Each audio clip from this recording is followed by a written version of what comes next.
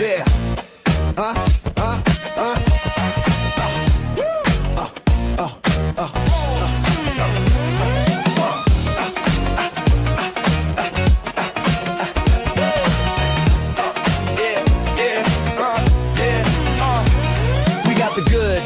On the latest drops, arrow videos of shit, ain't no stopping the cops. Severance on the rise with releases that thrill. Empress hard box grind, it's real.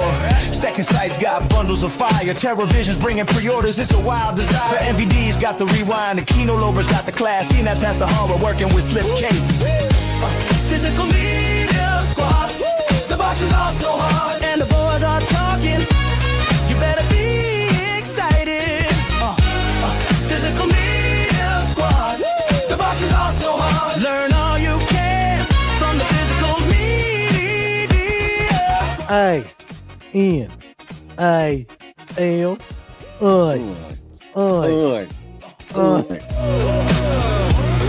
With balls deep into the catalogs too. Finding hidden gems, pre-orders and releases anew.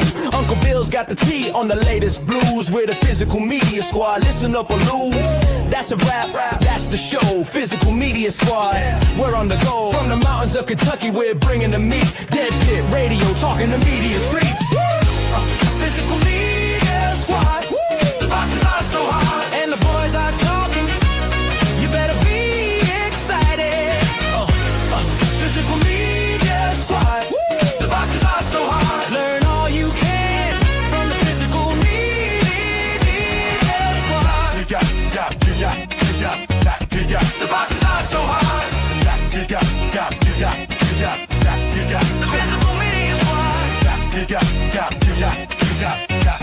The boxes are so hard. The Physical Media Squad.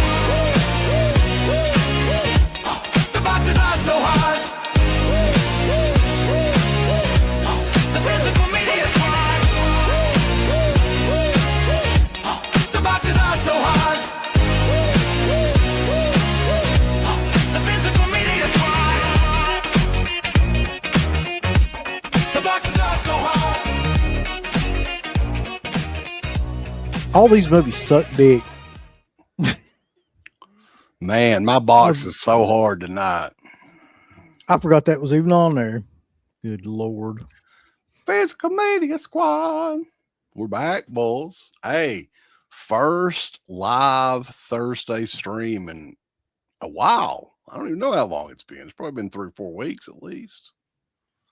I don't know, man. It's been a minute since we've done anything like this. I don't know why we're not doing it more often, but well, here we are. We got a couple ideas for new tier lists too, so should be more coming. Yeah, the coming all over you. The Cruel Summer Slashback is coming to an end shortly. We only have 2 more of those shows left.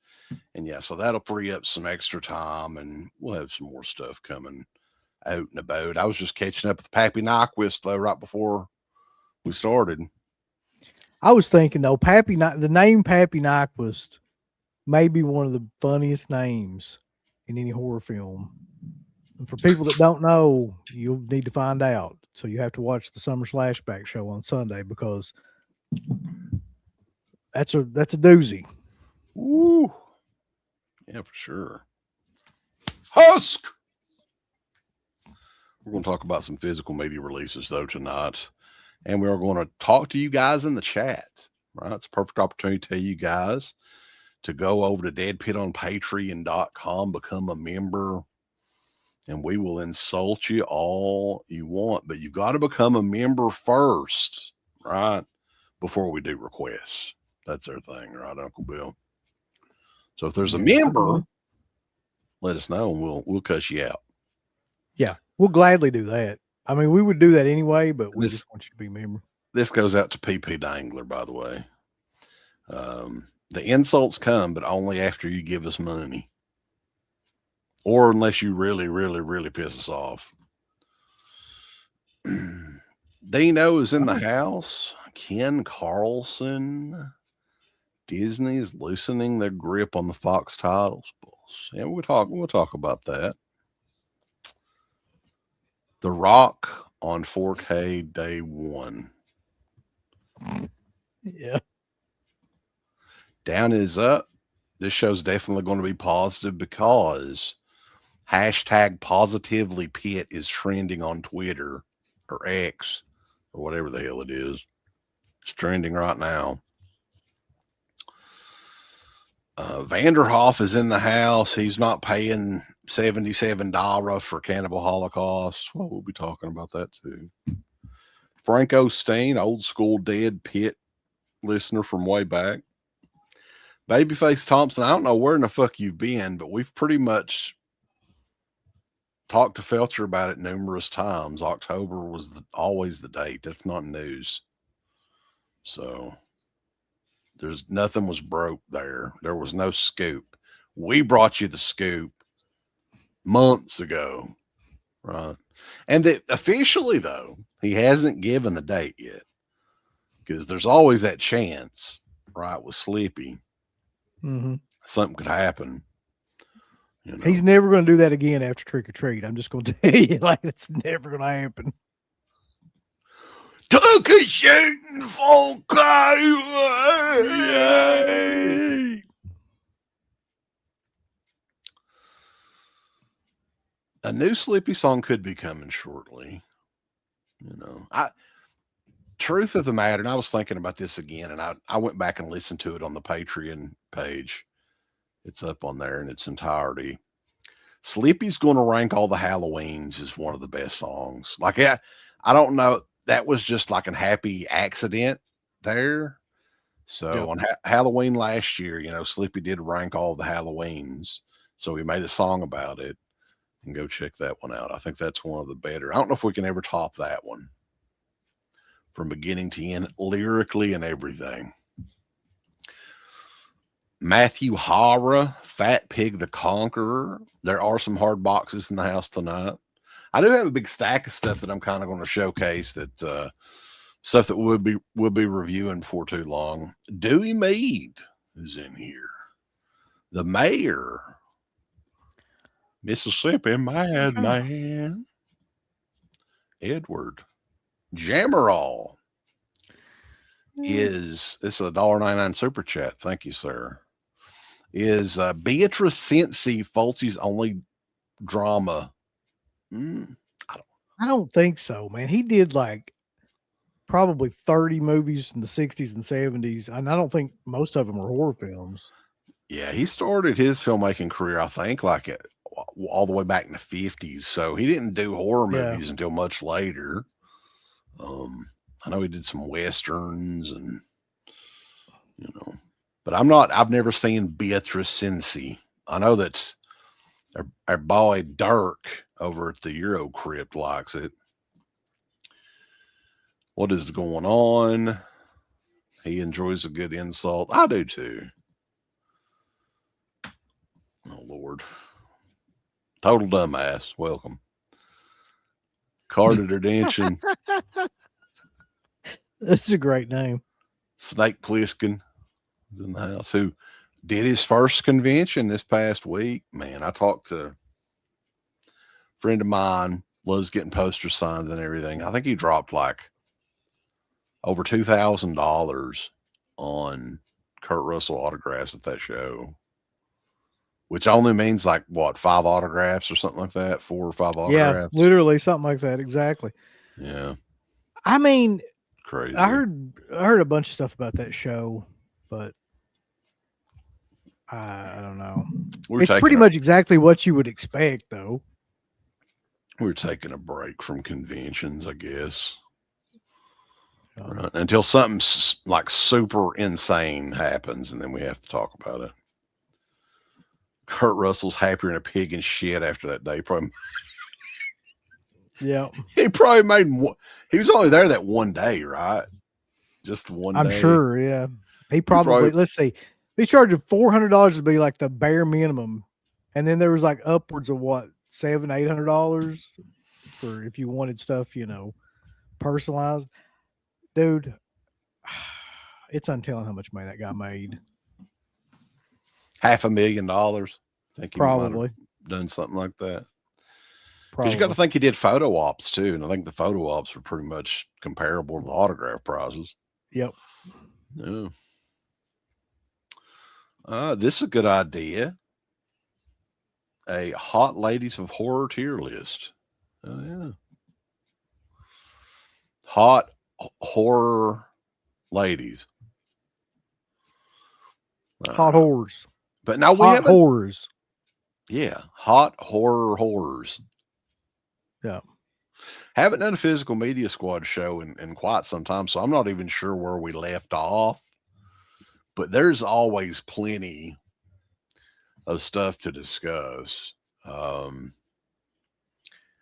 thing that I wanted to bring up, because we don't really talk, a whole lot about Vinegar Syndrome as far as like their monthly stuff that comes out every month. So earlier this month, and they're running the gamut, man, on those Faces of Death movies. And Faces of Death, is it 3 that they had this month? Already sold out. So, yeah. And they're selling them for I think they're selling 2 and 3 like for an insane amount of money on eBay. I didn't think you could sell on eBay. Or wherever, like those Facebook groups or something. Somebody was talking about that today. Like, I forget how much it was, but it was something incredibly stupid. The thing is like, these people, like, what are they? Do they not even know what these movies are? Like, if you get rewatchability out of the Faces of Death movies, there's something bad wrong with you. I think it's just owning them, man. Like, just the idea of owning those movies. Yeah, $190 for part 2. Jesus Christ. Oh. I would have never thought that would work either for some reason. I don't know why, but like when I saw those go up on their side, I was like, who's going to give a shit? And then like immediately they sold out. So I don't know. Richard Fitzwell, he said his cousin just filmed the remake for Reanimator. Would we like to have them on sometime? Sure. I didn't know there was a remake of Reanimator coming out. I didn't either. But that'll be interesting. Yeah. Dick Fitzwell, Richard Fitzwell. Let us know. Let's do a remake of Berserker. Modern interpretation of the bad thing is they would it would be CGI fog in the new one. They wouldn't be CGI bear. They wouldn't be willing to invest in all the fog machines and all that stuff. And everyone knows that if you're an aficionado of bear acting, that Bart the Bear can never be topped. He was like the best goddamn bear in Hollywood history. We'll talk more about him though on the Cruel Summer Flashback. I'm sure that they'll do a box set of Faces of Death at the end of the day. They'll put them all in one little box because they like making money. We do have 112 people in here already. Holy shit. So I don't know what you want to pull up, Uncle Bill, and we'll start going through some of this stuff. Let's start off like with the big bangers. That's what I'm gonna call them from now on. We're gonna finger bang bang into her life. Girl, you know it's finger banging. It's all right. Let me get this shit on here. Hold on. Now, that was a very random reference. I don't know how I even remember that. All right. So, did we talk about, I can't remember what we talked about, just in reference, but did we do Detroit Rock City? Because like that's one. No, I would just keep scrolling down because it's in alphabetical order, right? Or chronological order. It is chronological order, yeah. But I mean, I know we've talked about a lot of this other shit. Oh, okay. Here's one we did. Well, right here would probably be good. Okay. Because this gets into like the toy robot and stuff like that. Which we should be getting a couple of those toy robot titles in probably tomorrow or Saturday, one or the other. This is the big one, though. I think we talked about this before, though, didn't we? Masters of the Universe. Yep. Yeah, that's the big one. I think we're getting Guyver 2 and yeah, we're up here then. Roaring Fire or something like that. Whatever the other one was. We didn't talk about Extra. I saw that down there. No, nobody gives shit about Extra. What about Missing in Action in 4K? No, that's been out in every damn thing in the world. I ain't going through that shit either. We've been through that. Hold on. Kickboxer 2 we talked about, but I think that covers Killer for some reason. It looks like a painting that somebody did, which is just the idea of having a fucking Blu-ray with a painting of Kickboxer 2 is amazing. With our boy Tom Poe. You know, we had a teacher back in the day. His name was Tom Poe. Do you remember that? We did, Tommy Poe, yeah. They used to fucking I think they used to kid with him about that. Yeah. But he came in, he was like, you bleed like Melee. Melee, good fuck. And then everybody cried. What's funny is the guy that played Tom Poe in the Kickboxer movies is an American. And yeah, it's the guy from Bloodsport. He's like one of the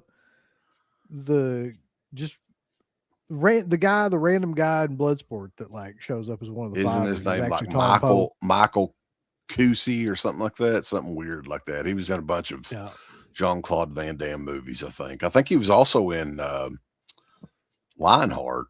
He's like one of the cops or something. But Kickboxer 2, yeah. What do you think about Kickboxer 2?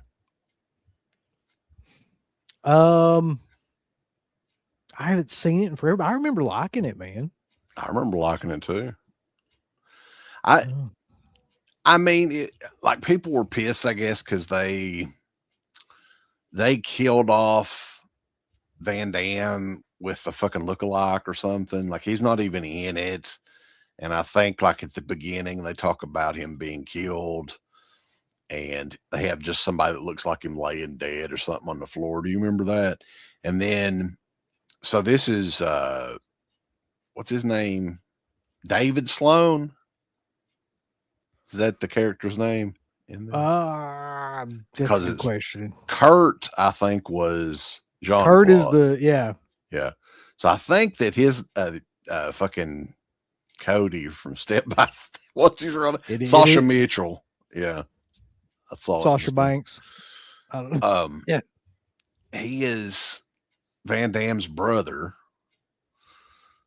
other brother that they don't talk about, right? Because remember, he has another brother that gets paralyzed. Yep. At the beginning of the first Kickboxer. So this is the younger brother. That's Ron Sloan. I remember liking this movie though, man. I think that this is a solid one for, the Vestron Collector series. Peter Boyle's in this, right? He's like the heel, I think. Yeah. Wait a minute. Is this the one with Peter Boyle, or is that one of the, because I keep getting this. You've been talking about this before. I keep getting this shit and Best of the Best.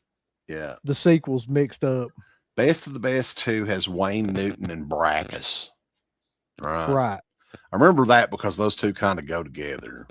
Wayne Newton's the sleazy, which we need a Best of the Best box set too. I love the first 3 Best of the Best movies. But yeah, Peter Boyle's the evil promoter in this. And what is the story? He has a student that's a good prospect or whatever, and Tom Poe wants to get revenge and kills the student so he can get to the other brother. So I think that was the story. I remember this being a pretty decent little cheap action movie though. There's a couple of extra features on it. Nothing crazy. Yeah, I mean, it's not it's got audio commentary by some film historians, which, by the way, man, Like I saw a bunch of shit where it had like where Slippy is a film historian. Well, goddamn it, if Slippy's a film historian, then we're film historians too. So like, we need to get on here. Let's go. Yeah. I'm tired of it. All right. We do have a super chat on here real quick though, because Our time is now. It's a good super chat. We appreciate it. Movie Junkie Jim. He's saving money on movies and giving it to us. We greatly appreciate you, man. He's saying, do y'all still get the joy of buying movies these days? Or is it like, another box, another movie? Maybe I'm hitting a midlife crisis. Or dude, you're fucking like 10 years younger than us. I think you're a bit younger than us. So I don't know about that. But the dopamine is gone from a lot of it for me. I don't know, thoughts. So for you, has anything changed about buying movies and collecting movies over the last 10 years or so? I'll be honest with you. Like when I think I get more enjoyment now out of getting movies than I did back when we were originally doing the show, because back when we were originally doing the show, it wasn't hyped up like it is now. And nobody made a big deal out of slip covers or anything. You just got movies. And it wasn't like I remember, certain movies like Night of the Creeps or something like that when it came out, or like, Monster Squad or Dawn of the Dead, the Ultimate, like when those movies came out for the first time, and like that was a big deal and you got really hyped about getting those. But just in general, like physical media now is like hyped up so much more than it was then, that I actually think I enjoy it. At least the boxes and getting the stuff in more now. They're really hard. The boxes are so hard. I think that's what it is. Yeah. The rigidness of the box is what's getting me. I think that and Felcher has mentioned this too. And we're going to keep saying his name and he might appear. He's like Joe Henry or whatever the guy's name is. I don't know. Yep. He probably won't. He's probably asleep or something. But movies now, it's a niche thing like it was along the lines of when laser discs were being collected, where essentially only the hardcores are really buying the movies now. The common man, the common movie fan, they're fine with streaming it, watch it on Netflix or Amazon or whatever they do. Whereas the collectors, at the end of the day, they want to have a nice edition of it. Very similar to those big box sets that like Criterion and, all of them did. And that shit was expensive as hell back in the day too, much like all this stuff that's coming out now. So, I think the big difference with the way that I collect movies now and watch movies is it's way less of an aesthetic thing for me, because I run out of room 5 years ago or 10 years ago or something. So I essentially just watch the movie and stack it somewhere. Whereas like back in the day, to me, it was a cool thing having a gigantic movie shelf full of all these movies that you could display and you could look at and everything, like it's a video store. And it would still be cool. I would love to see what it looked like if I could put all of my movies in one big area. But I think for me, it's more about the movie or the transfer, maybe sometimes the special features and everything, and just telling everybody like what editions that you need to get. I enjoy doing that. I think they've made it now more so than 20 years ago, especially like where it's like it's collectible somehow, or more so like it's got more stuff in it that people who really love these movies would want. Before, you just got like the movie, and that was fine, because before then, like nobody had a lot of those movies, but you had to ramp it up somehow, because like almost every movie's now been released on DVD or Blu-ray. So now you get like the collector's books, you get like a lot of the commentaries and the new interviews that you wouldn't have gotten before. You get like the actual like fancy packaging and stuff. I don't know, like to a degree, I enjoy a lot of that. I enjoy getting a lot of that stuff. And some of the movies that they've released now, man, like have never been released before. You look at like stuff like Trick or Treat that we're just talking about, like it's never really been, until recently released properly. And like, yeah, I got excited about that. I got excited when Criterion did Sorcerer. I got excited when Synapse did, Prom Night, even though like I don't even really like Prom Night, but I knew like the thing about that was going to be Prom Night always looked like shit, but I knew it wouldn't. So like I got pretty hyped up about that too. I think it's a fun time. There's so many different releases that are coming out too, and it gives the collector a chance to be very fucking picky over what you want, right? And I can understand it, man. Everything is going up, so you don't have to buy everything or rebuy, upgrade everything. I don't look, at this point, I'm so sick of that. I don't give a fuck if you buy something or not. Like this going back and forth about like, I'm just in it for the movies. And then going back and forth with that and like people calling people that buy, fancy shit. I don't give a fuck what you buy. Buy it, don't buy it, ram it up your ass, buy it, shove it up your ass. I don't care. Like it's just a pointless argument at this point. It goes back and forth. Nobody wins. Everybody gets butt hurt. What we say though, if you go on the Dead Pit is Watching show, which we highly recommend all you guys to go and check out those old shows, because that's the point, is we're pushing these editions and like those imprint sets, man, they take up room, right? But though, if you're a fan of a movie like Bound that we reviewed on the last show, that is the fucking version of the movie. Like that's the ultimate, the end all be all version of that movie. Yeah. And we said that on there. If you're a fan of that, you want to pick that one up, and that's what I mean by fans can be picky now if they want to, because there's shit with 4K you don't need. Fans are always picky anyway. They're fucking just the dialogue back and forth about physical media. That's such a small part of the internet, but it shows you kind of like a pretty good example of the internet. Just people fighting back and forth. I only like shit because of the movies. I like the packaging. I buy shit. You shouldn't buy shit that costs this much. I only buy shit that costs this much. Who gives a fuck? Ultimately. And there are people out there too that are fans, like we say, I mean, just the movies, but we fucking were big into this physical media stuff. They're big fans. They still watch the fucking DVD of shit that they bought 20 years ago. To them, that's good enough to have. I swear to God, that's become like a new thing too, which is people reverting back to buying DVDs. So just do that. You know why? Studies have said, and we could talk about this too, disc rot is happening more in Blu-ray than it is in DVD. Yep.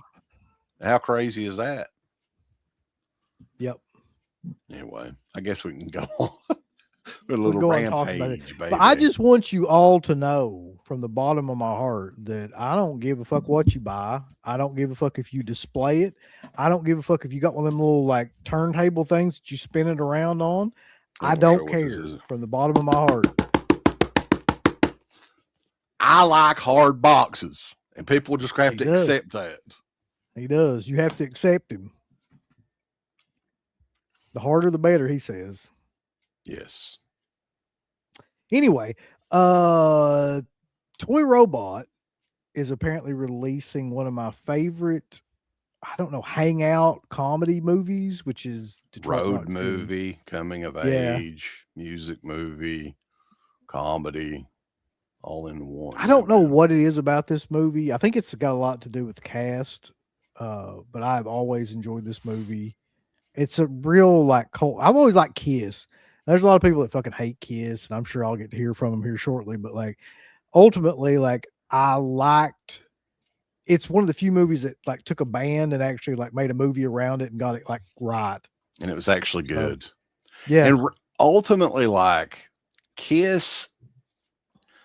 Yeah, I mean, that might be the selling point of the movie, but they're not hardly even in the movie. Like, it's towards the end of the movie. Like, the whole lead up is these guys are going to a Kiss concert and shenanigans ensues along the way, And this was wasn't it shortly after their reunion tour or whatever. This was 99, so their reunion was 96, and then 98 they did another one because they were like, we're only going to do the 96 one, and they made like $1 billion and then came back, did it again in 98. So yeah, this would have been right off the heels of that reunion tour. Yeah, so this was hot, like Kiss was hot like at this time too. And this was set back in the 70s when Kiss was like at their peak, I guess. But I love this movie too, man. This is one that I'll definitely check out. And like I said, we're getting some toy robot stuff in this weekend. We should. So they're going to be coming out like it's a division of Arrow. And they're going all over the place. Like I can't really figure out exactly what they're going for with this label here. I don't either, but I like it. I like the choices for sure. So I mean, I don't know what classifies as a Arrow video versus a toy robot. No idea. But yeah, I'm totally getting Detroit Rock City. And it's in 4K, yeah, right? They say 4K? Yes. Somebody mentioned too that Giuseppe Andrews, who's in Cabin Fever, is like I think he's the bass player in this. Guitar player, bass player. I can't remember. I think he's the bass player. But anyway, he's one of the guys in it too.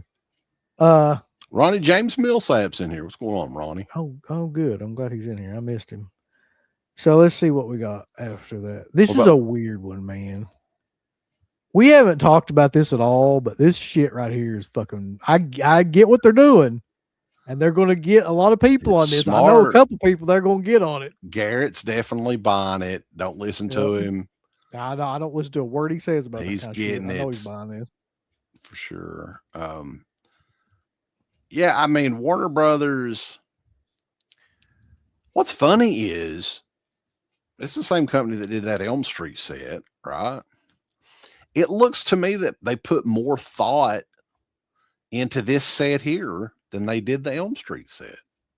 What do you think? I mean, look at all those little extra. Yeah, I don't know if you can see this or not. I try to I don't know if I can even make this bigger, but you can see this. Like the box set itself looks like VHS tapes in there too. And they're steel books, right? I think so. Like that's the gimmick. But like if you look at the box, it looks like which they're appealing to the nostalgic kind of crowd for those particular yeah. I mean they're kind of like if you're familiar with the original VHS, they look exactly like that, even the spines and everything. So great attention to detail with that set, and it's a very smart idea for them because if you have. I'm guessing this stuff's going to be in stores like Walmart at least, or whoever else carries movies. And when does it come out? September, early October, October 5th. They'll sell all kinds of those. I mean, I have all those movies already, so I'm not really interested. But the common movie fan, again, the people that don't buy movies every week or whatever, this will do very well. I think it's just my prediction. Oh, dude. Yeah, there'll be a bunch of collectors that buy this. Even though, I look at those movies and I'm like, those are the most, I've got the most common movies ever, right? You got Nightmare on Elm Street, Poltergeist, The Lost Boy. Everybody's got that shit. I'm not going to buy it. I don't need it. It would just be something for a collector that really, wants something that looks like that, I think Little Shop of Horrors is new. So that one is kind of new, but the other ones. Shining is it? Yeah. Yeah, Shining and those other 4 or 3. Yeah, those have been out for a while, I think. So there's that. You get stickers and cards and all that. All kinds of stuff, yeah. Let's talk about AI, man. A lot of people are talking about AI nowadays. And it's funny.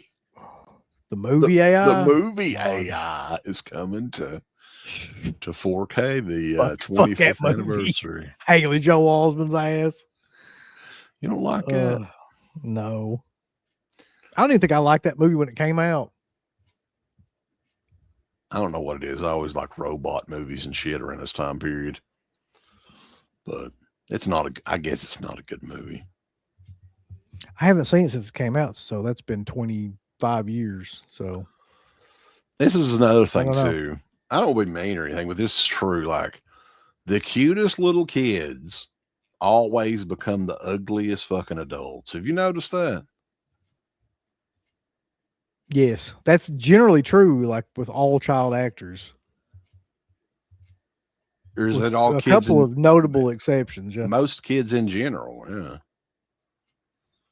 Yeah, like if you're like, If you're for too some cute reason, as the yeah, yeah, watch out when you get on. gonna be Time won't be kind to you usually, right? no. Oh, Anyway, shit. that's get away from AI. Jesus. Let's see what else we got coming out here. I don't care about a lot of this stuff, so I'm gonna skip. I don't listen.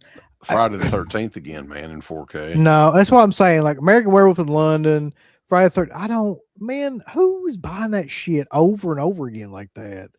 They've had so many releases of those movies. I mean, I can Damn. understand Friday the 13th always wanted to do well, I guess, but they another one. already had a Friday the 13th 4K steelbook. Yes, I've They're got doing it. another It's back one. there. Yeah. So people want the box set. If you're not going to do the box set, shut the fuck up. There's nothing new on this at all. Like I don't get it. It's out again though. So there you go. Oh, Stuntman's in here. We're behind on some super chats too. It's total dumbass. Ed O'Neill. No, it's not Ed O'Neill. That would be killer. You mean Ed Harris? Yeah. Wouldn't it be killer if fucking Ed O'Neill was in that scene? I'd mark out. Yeah. Jammerall wants to know if we like Jonathan Taylor Thomas movies, such as what? The only one I can think of is that one with Chevy Chase. What other movies was he in? I don't know. He was at WrestleMania 11, the worst WrestleMania. Well, one of the worst WrestleManias ever. Here you go. This is a controversial one. This is the house you're going to spend $70 for.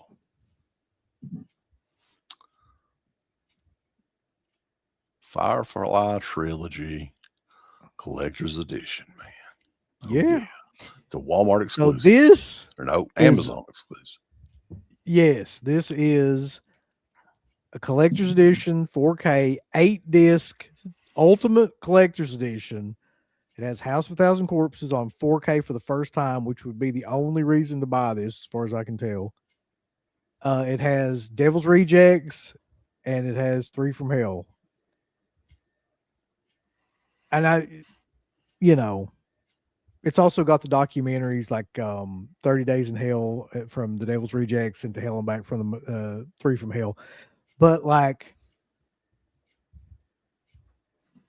I'd love to see what House of a Thousand Corpses looks like in 4K because it looks amazing in Blu-ray.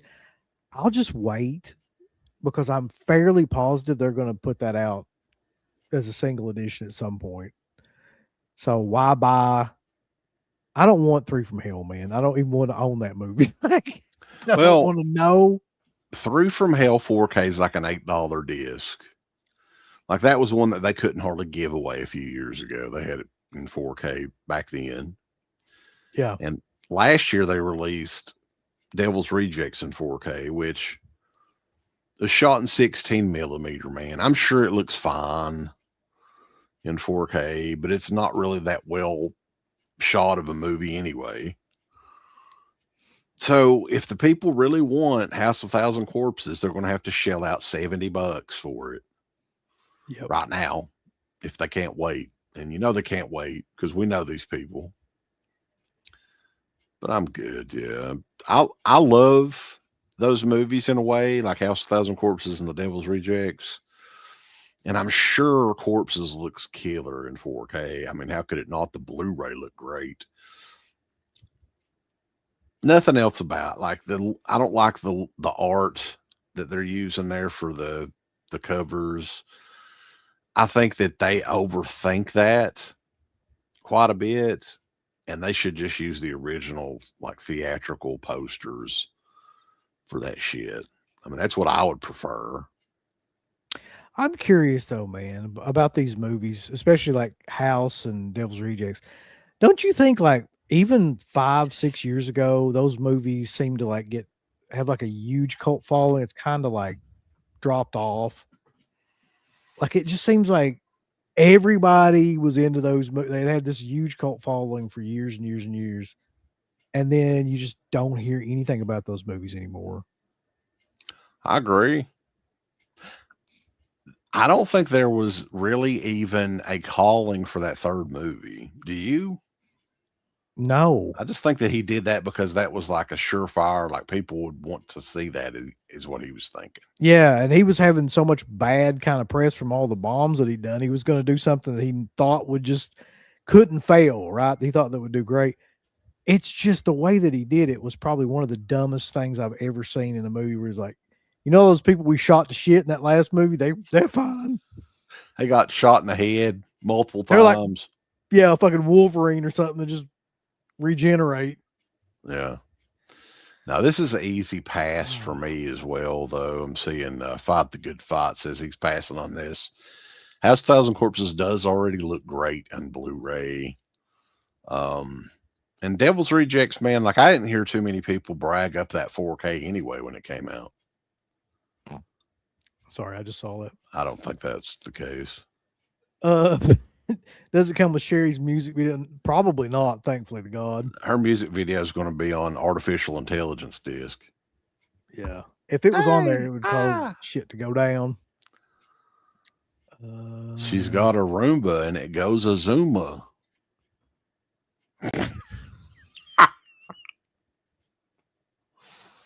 Oh, God. Yeah, I think he will. I'm sure he'll make something else. Yeah. I'm not sure I really even liked the way they used him in that movie. Like, I know that they wanted to do it as a tribute, but that's so kind of sad. That's not how I want somebody to be remembered. He could barely say anything in that. Yeah, he looked very, very sick in that. Yeah. Well, he was, obviously. Yeah. But anyway. Let's see. Ooh, The Hunted is coming, man. You're excited about that, right? I do like that movie a lot. This is a William Friedkin joint that doesn't feel like a William Friedkin movie, but Benicio del Toro, Tommy Lee Jones. It's a good movie. It's like I don't know, like, how would you even describe it? Just like Secret Service CIA people, like one's trying to find the other one and kill them and yada, yada, yada. There's a lot of knife fights. And this one does have a hard box, looks like. It's got, yeah, this is a imprint release, so you know it's got the hardest box the world has ever known. Ooh, yeah. Limited to 1,500 copies. Yeah. That's a pretty good movie, though. I remember that movie being good. It does have a First Blood vibe to it, so that's true. Well, so let's see. That one's coming out into September. Oh my God, dude. I prayed to God I'd never have to see this movie again. Even like see anything about it. We're going to get that one to review, I bet. No, we ain't. No. I'm going to make you for sure watch that. God, man. What was that, 2000? Early 2000s? 2004, I think it says. All right. I wonder who is putting that out. Is that just like Universal, right? Universal? Yeah. Yeah. Holy Lord. I can only imagine what that shit would look like in 4K. Yeah. Play a Dangler ball. Yeah. Did you really request that? And if so, why? I don't think we could request it yet. Hey, real quick though, before you go on to anything else, can you go back to that Detroit Rock City again? Yeah. Oh, I know what you're going to do. Hold on. People don't know this, but this is 100% truth. It is, yeah. All right. So you see that artwork. If you look at it, you can easily tell, yeah. You see that artwork there, right? Same artist did Into the Pit that did Detroit Rock City. Yep. No shit. I shit you not. Filthy Phil Roberts. That was basically the entire budget of the movie. It was. Was to get him to do the artwork. And it's the same artist. Yeah. Yeah. So not a lot of people realize that, but yeah. I think he did like Bad News Bears and a bunch of other shit too. All you troll motherfuckers can say whatever you want, but you never had your image created by fucking Phil Roberts, have you? No. All right. Moving on. We've got some of these I don't give a shit about. I do give a shit about this one, though. The Watchers, Corey Haim in. This, to me, this was the one I was most excited about recently. Born to be Rad got tagged in it. Like one of the very first comments. Garrett got tagged. It's the Rad Nation. I was excited. I pre-ordered this thing like the second day you could, I think. I don't know. There's something about this movie. I watched it a ton when I was a kid. I don't think it's a good movie. I mean, it's okay, but I don't think it's great, like in hindsight. But it had a really cool premise anyway. And I don't know. It's nostalgic to me. It's been out of print for over 20 years as well. So this is an interesting one, man. This is one of the holdouts that people have asked about for years and years and years and years. And I would love to know what it took for this fucking thing to finally come back out. So maybe we'll hear about that someday. Yeah. But yeah, I'm looking forward to that as well. What year was that? 1988, 89? I had to be 88 or 89. Yeah. Yeah. If you remember, like, it's one of those movies where like the dog and this creature have this like telekinetic link or something like that. And like it knows when the creature's coming around. And Corey Haim, I can't remember exactly how Corey Haim fits into it. It's been so long since I've watched. I only had ever had it on DVD because I think it was only ever available on DVD from like Anchor Bay. It was an Artisan DVD, I believe. Artisan, okay. So I look forward to watching that one again. Toy Robot, man, they're definitely making some waves in the physical media world. That's for sure. So yeah, a lot of people are looking forward to that. Does a painting of that Into the Pit cover exist? Yes, but he does not.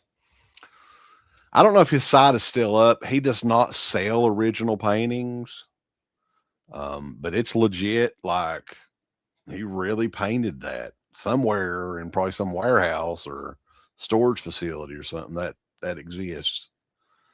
Because yeah, he did a couple of different drafts and ideas for the cover as well, and some of those you can tell because he did paint some of them. And yep, yeah, but we can never show those. I don't know. There was some kind of falling out, I think, with the filmmaker. There always is with us and somebody.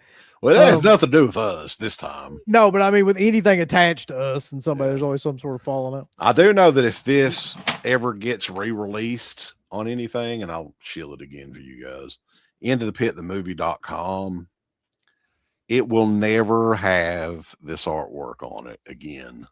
Yeah. It is the last we'll ever see of that. So which do you like better? Watchers or Man's Best Friend? Man's Best Friend is the one with Lance Henriksen, Ali Sheedy. And the robot dog, right? Yep. The killer robot dog. I don't know. It's been a robot. I don't remember exactly what it was. It's been for hell and ever since I've seen either one of those movies. I did find the VHS of Man's Best Friend like a couple months ago. I haven't watched it. I actually like both those movies pretty good.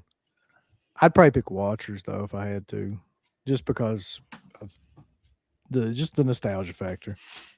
Garrett acts like Corey Haim is Al Pacino. Well, Garrett still loves Corey Feldman too, man. Corey Feldman can do no wrong in Garrett's world. That's That's true. all So right. that's one. That's the one I'm most looking forward to. Recently got announced. Let's see. From Dusk Till Dawn, 4K UHD Steelbook. Has there ever been a 4K of that yet? No, I think that this is Yeah. the debut of it, and that's a great movie, man. I like that movie a lot. Yep. That's not until December. It looks like. So that's a way off. And who's doing that? Does it say? It doesn't say. I was trying to find that on there. Okay. It looks like it's going to be a studio release from what I can tell. It doesn't. Nobody's attached to it. Maybe Paramount or something like that. It has to be. It's got a Something like real that, yeah. fun, like mid-90s vibe to it too, like a Wild West, like horror western sort of. I always liked that movie. Yep. Let's see. This one, The Devils. Oh Lord, we can't show that. Yeah, be careful with that. Fucking video. That wouldn't be good. There's nothing in that movie that we could actually show. I think that this is a must buy though, man. Like the legend behind that movie and everything. And I'm I do too. positive that Criterion is doing it. Have they said yet? I thought they kind of said that it was going to be Criterion. I would think it would have to be because they're the only like more mainstream label that would not fuck with it. Because that's a major no-no in Criterion's world. Like you see in all these movies now, like Manhunters getting fucked with. What was the other one? Pleasantville or some bullshit. That's one thing I'll say about Criterion. You won't see that happening. No. They're not going to censor anything for sure. Okay. These got announced recently, which I thought was cool. Above the Law from Toy Robot, 4K of that. Listen, I don't like Steven Seagal as a person, but I do like the first 3 movies that he did. I just have like an affinity for those. I get them all. Movies. I get them mixed up. Which is the one where I he do had too, fucking, but I mean, where he is in like a coma for like 8 years or something like that. That is Hard to Kill. Okay, I like that one. I remember that one. Yep. That's the one with Kelly LeBrock. And then you got Mark for Death, which is the one with the Jamaicans. What is Nico? Nico's just the other name for Above the Law, I think. Oh, I've It's never just heard a reversible cover or something like that. That's kind of an interesting choice too. I don't know. I mean, it'll probably do okay. I mean, I'll buy it. I'm just gonna be honest with you. I don't know why, but like Above the Law, Mark for Death, Hard to Kill. What was the other one? Out for Justice. Like all those for Under some reason Siege. I like. I've already got Under Siege though, but all those I really like. So I don't know what says new 4K restoration, new audio commentary with the director. You know they ain't gonna get Steven Seagal on there, although that'd be hilarious. If they did, that would be like one of the best things ever. Here's a big one though, man. I don't know what to make out of this one. It's the version you've never seen. So this is Grindhouse releasing. And I was looking at this earlier and I was like, this is the weirdest thing. So they've got 3 different versions of Cannibal Holocaust. Yeah, I would go over to their page because they only have that one photo, right? Yeah, but like the thing about it is it has the original uncensored theatrical version, a new special edition, and a PG cut. Nobody knows what the PG cut is exactly. No, which is the wildest shit I've ever heard of. Because they had an animal-friendly version or something like that before that cuts out all the animal deaths and stuff, which aren't really needed in the movie anyway. But yeah, this new PG version of the movie is brand new. Whatever they've done to it, they could have maybe superimpose the turtle's head back on or something. Oh, they had it. Jesus Christ. They've already sold out of like the limited edition one. Yeah, they just had 100 of those. That was very Which is limited. $175. Come on, boys. You didn't get that? Jesus. Yeah, I did. Oh, okay. I sure did. Okay, here's from their website. I make sure I can show all this because I don't want there to be like some shit on here that gets us permanently banned. We can't even have animated titties on here, boys. It's bad. Oh, bad we times. can't. It's YouTube's like, fuck you. No. We're making $80 billion, but you can't show that. 6 to 6, 66. So we got Super Deluxe 6-disc Ultimate Edition, 1 UHD, 4 Blu-rays, 1 CD, 4K restoration, of course, which is going to look insane because everything I've ever seen from Grindhouse looks, top tier of like what it would be.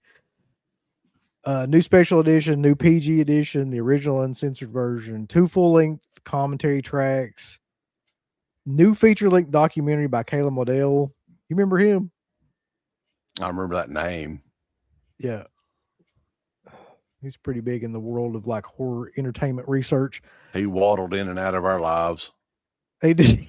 He did.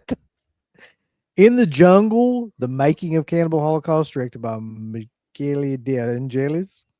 In-depth interviews with everybody from the damn film.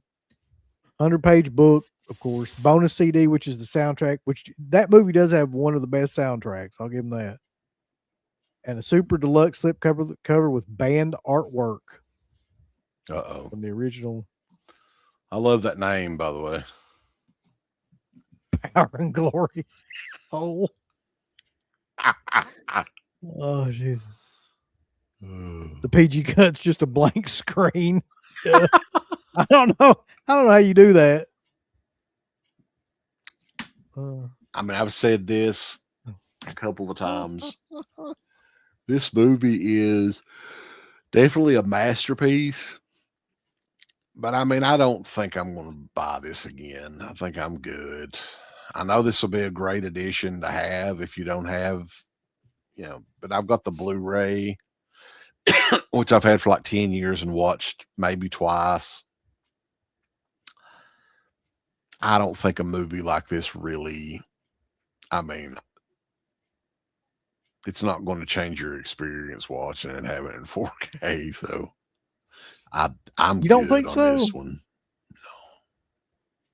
No. I don't know. For some reason, if it's okay, here's the thing, and I think this goes to show like the company. So for Synapse, for a lot of times like Arrow, and I think this applies to Grindhouse too. Of course, Red Shirt. I give Slippy his due. Even though he won't come in here, the pussy. He won't. Don't get me started. But like, there's certain companies, if I like a movie and I know they're coming out with a newer edition of it, I'll buy it just because I'm based on the company itself. And Grindhouse is one of those companies, man. Like, their shit is always top notch. Just great stuff. Oh yeah, no doubt on that.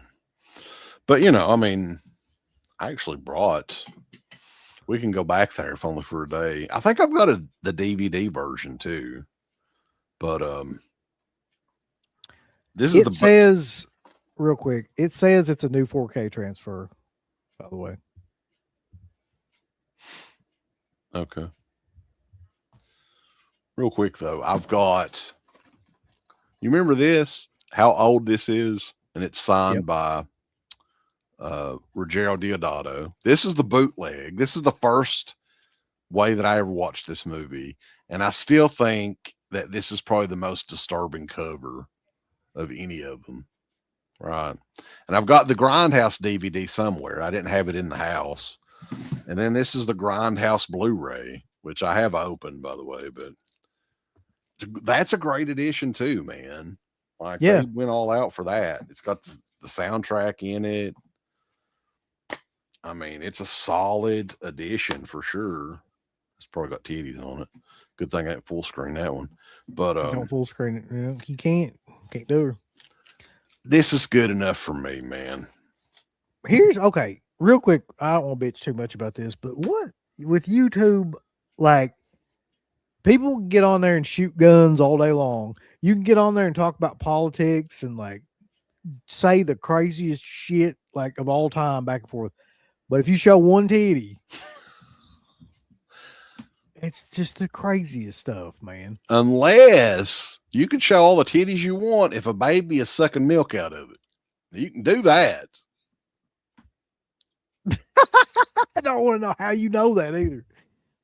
I know you've been researching like lactating titties on YouTube. Don't say you haven't. Well, that was a big thing that people would share videos of these big breasted women with these mutilated areolas. Just Mutilated areolas is a new death metal band right now. If you have a band that and it's death metal, that should be the name of it. Are you getting this Cannibal Holocaust edition though? Yes, I'm just going to tell you that I am. Okay. I mean, I somebody asked if I got the huge version of it. No, I didn't even know that existed, to be honest. I probably would have if I'd have known it existed. Which did come with the original one. It said it was an original one sheet from back in the day. They somehow had 100 of them. I don't know how. But like, I'm going to buy this. I'm not going to lie about it. Okay. I'm sure it'll be a great edition. It definitely be the best edition of that's ever been, but. And then I guess the other couple there's ones a couple of indicator ones that's pretty interesting. Yeah. There. Yeah. This one was the one that really caught my eye because of, Severin released this. I know that they had this back in the day. And now this is the 4K, I guess, of Turkey Shoot, which I believe is Australian, right? I think so. Although Steve Railsback is starring in it, and there's an Australian version. It says, okay, so 2 presentations. First, the original Australian theatrical version and the shorter US version. But I'm assuming it was filmed in Australia. Yay! It was. Escape 2000 is what it was released in the US as. Yep. I haven't seen this movie in, I guess it was back in the Anchor Bay DVD days. That was one of the Anchor Bay ones. I don't know. After I watched Wake and Fright, like I don't know. I feel like that I'm in an Australian exploitation frame of mind. Australia. I did hear that somebody is working on, we talk about this movie all the time, Fortress. That's a great one too. Nobody talks about, but Preston Line, Rogero Deodato, the director, is the one that signed the DVD. Yeah. I actually have a cast signed poster somewhere over here too that I got. This edition, though, from Indicator is another company that does some great stuff. New 4K restoration, 2 presentations of the film, like I said, bunch of audio commentaries, new, like, there's a making of documentary on there. A bunch of documentaries about Ozploitation. It looks like they've got the Ozploitation Renaissance. There's all kinds of stuff on there, man. So limited. We were talking about the Fortress from 1985, the Aussie Fortress. Mm-hmm. Yeah, buddy. Get with it. Look at that. Look at that shit. What we got here? I like that cover there. Romper Stomper. Russell Crowe fighting Randy Will. Romper Stomper. That's the Lost Kiss song. Grab a hold of my dong. I don't think I've ever seen that one. Never seen it, never heard about it, to be honest. It's Romper Stomper. It's Romper Stomper. Somebody that has seen it, what's it about? It looks like a punk movie, but I can't really tell anything about this. It's Romper Stomper, it is. Oh, it's Australian, and it's another Australian film. It's a controversial Australian drama following a violent neo-Nazi gang as they resist ideology and barbarity spiraled towards self-destruction. Romper Stomper.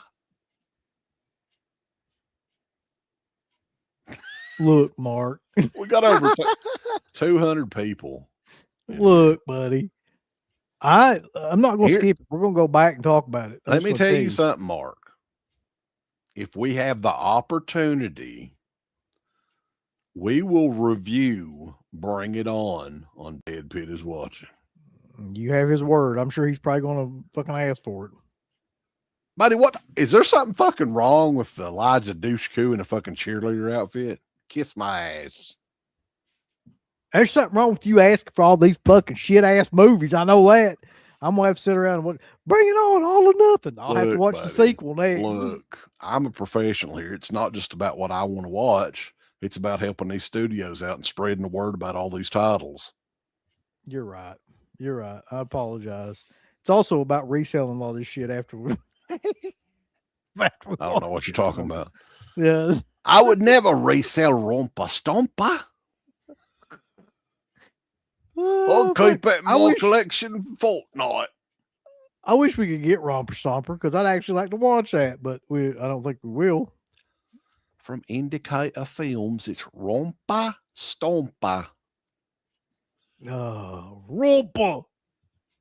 It's a great name to say in an Australian accent, though. Yes, I was calling to check and see if you had a copy of Romper Stomper. Oh, no. You don't.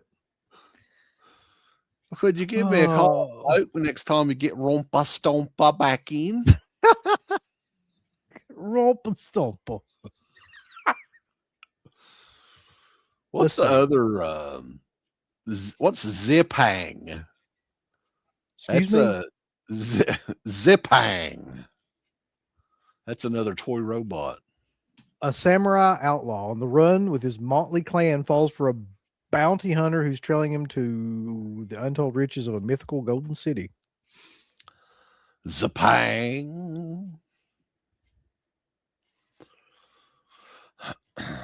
Yeah, I don't know if I'll be getting that one. That's only in the UK, though, so. You'll get Bring It On, though, motherfucker. You won't get that one. I'll get Romper Stomper. I bet you get this one, too. You're like, well, hello, yes, it's in 4K. Yeah. Look at that cover, dude. Like, what kind of fucking, like, serial killer come up with that damn cover? Look at that. That cover's killer as fuck. Uncle Bill is a wanker stanker.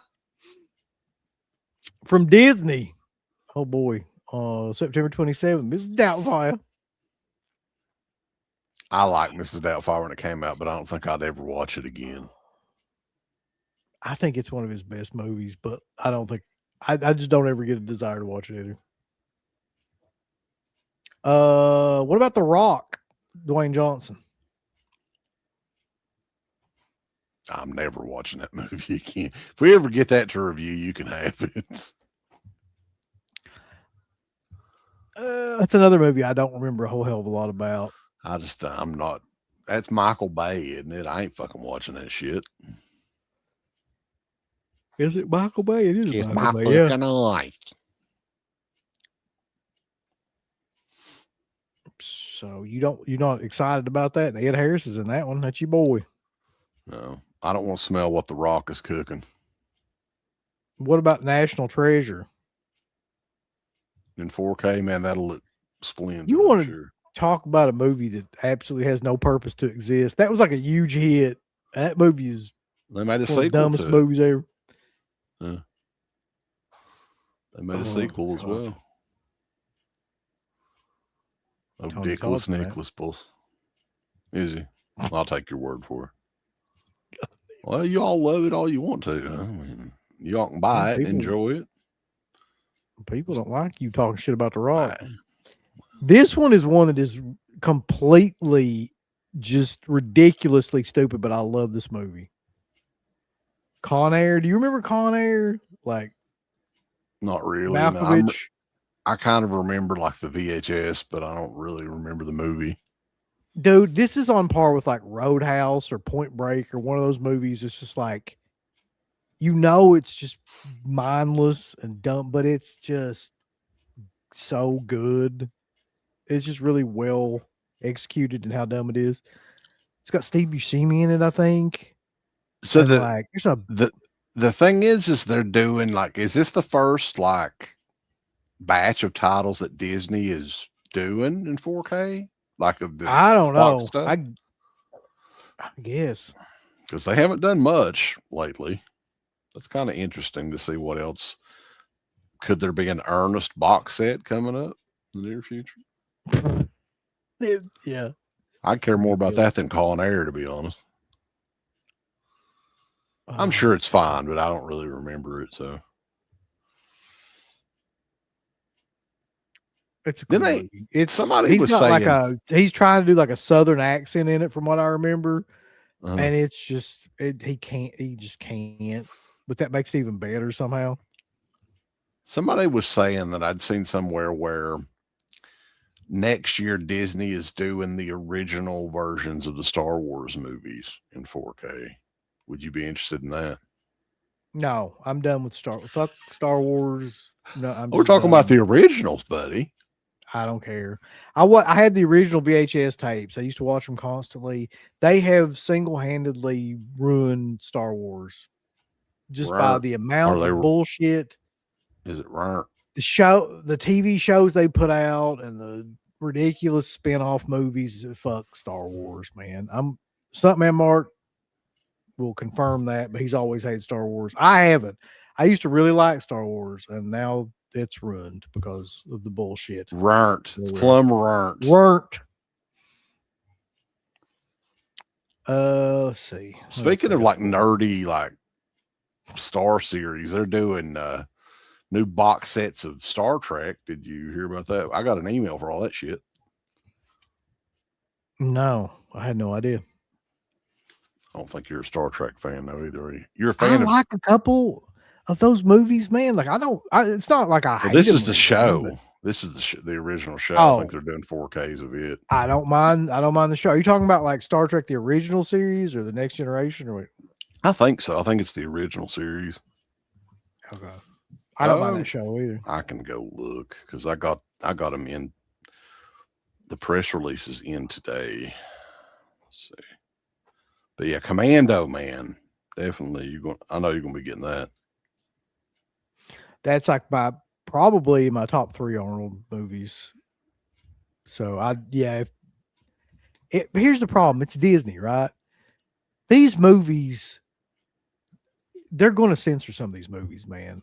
There's some of the stuff in these movies that I know they're not going to have in there. And if they do that, I'm not buying it. It's not going to happen. It is a 60th anniversary Amazon gift set. I think it's still Blu-ray though. But yeah, all 3 seasons, 79 episodes. It is a pretty nice box. Same. I've probably seen this movie probably 50 times, I would say. Yeah, they used to be on HBO quite a bit back in the day. Yep. I haven't seen it in a long, long time though. It's been many years since I've seen it. We watched it on I think it was Friday Night Lives. We watched it. I did a commentary of it not too long ago. You gotta like the tagline though. Somewhere, somehow, someone's going to pay. Or you could do it like Percy Rodriguez. Percy Rodriguez impersonation was. Here we go. Oh yeah. Somewhere, somehow, someone's going to pay.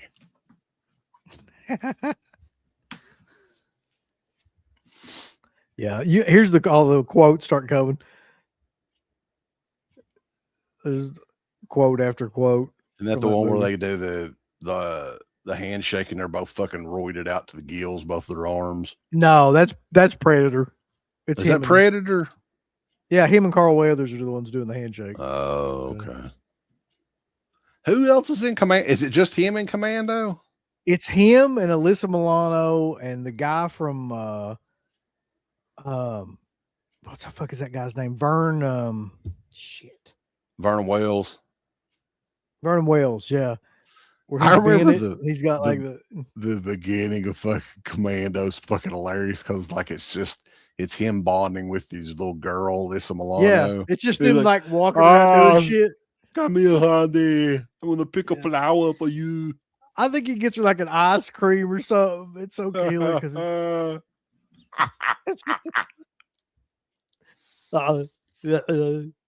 come here, honey. Hello, cutie pie. One of us. Vern Troyer. Yeah, I almost said Vern Troyer for some reason. Vernon Wells. Vern Troyer in that role would have been fucking killer, though. Had like the metal vest jacket thing on. Coming He's after like Arnold. the lead bad guy, Vern Troyer. Imagine that.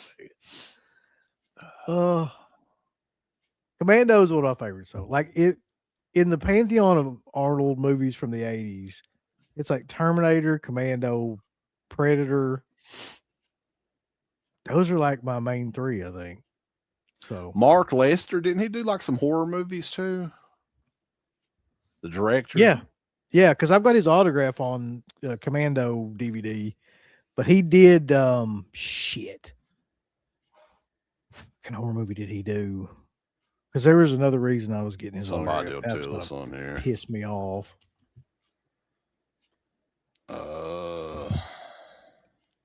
Firestarter. Okay. Didn't he do more than that though? I thought he had one that was a pretty big hit. Mark L. Lester. Hold on, let's see. He did Class of 1984, which is a great movie. Okay. Firestarter, Showdown Little Tokyo. He's done a lot of stuff. That was a Brandon Lee joint. Class 99, Armed and Dangerous with John Candy. Yeah. There's quite a few on there. He did Armed and Fabulous. Armed and Fabulous. Yeah, he's been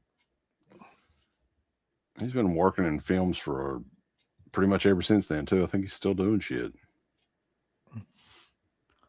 Let's see. I wanted to show this one too, man, because this was another big one for me. I know a lot of people don't care about this movie. It's not a well known or well liked movie from this guy, but this is the new 4K from Kino Lorber Bruiser, Romero's Bruiser. I've got the indicator version of this, but I'll probably buy this, to be honest. Essentially, I think it's the same transfer though. It is. I think the only new things are like a commentary, and then like he's got an interview with Peter Stormare, I think. Yeah. But and this is another one of those movies that hasn't had a release in 25 years or longer or whatever. Whenever the first DVD came out, that was the last time it was released. So this was like his first Canadian movie that he did after he moved to Canada. It was a gigantic flop. Like it pretty much was one of those movies that everybody just, when you said Bruiser, it was almost like you were saying a bad word or something. But it's not that bad, man. I think that it may have been a little bit ahead of its time. What do you think? I think so. It's a movie that like, there's movies like this, like Falling Down's another one where you don't appreciate movies like that when you're really young. You have to be like at a certain time period in your life to get what the movie's about and trying to say. And I think this movie was a lot more complex than people at that time were ready. They just wanted like probably like a zombie movie or a slasher or something like that. It's not that. It's not that type of movie, but it's really cool. It's got a really cool concept. That cover is fucking horrendous though. I think what they were going, it looks like they were going for like Maniac or something.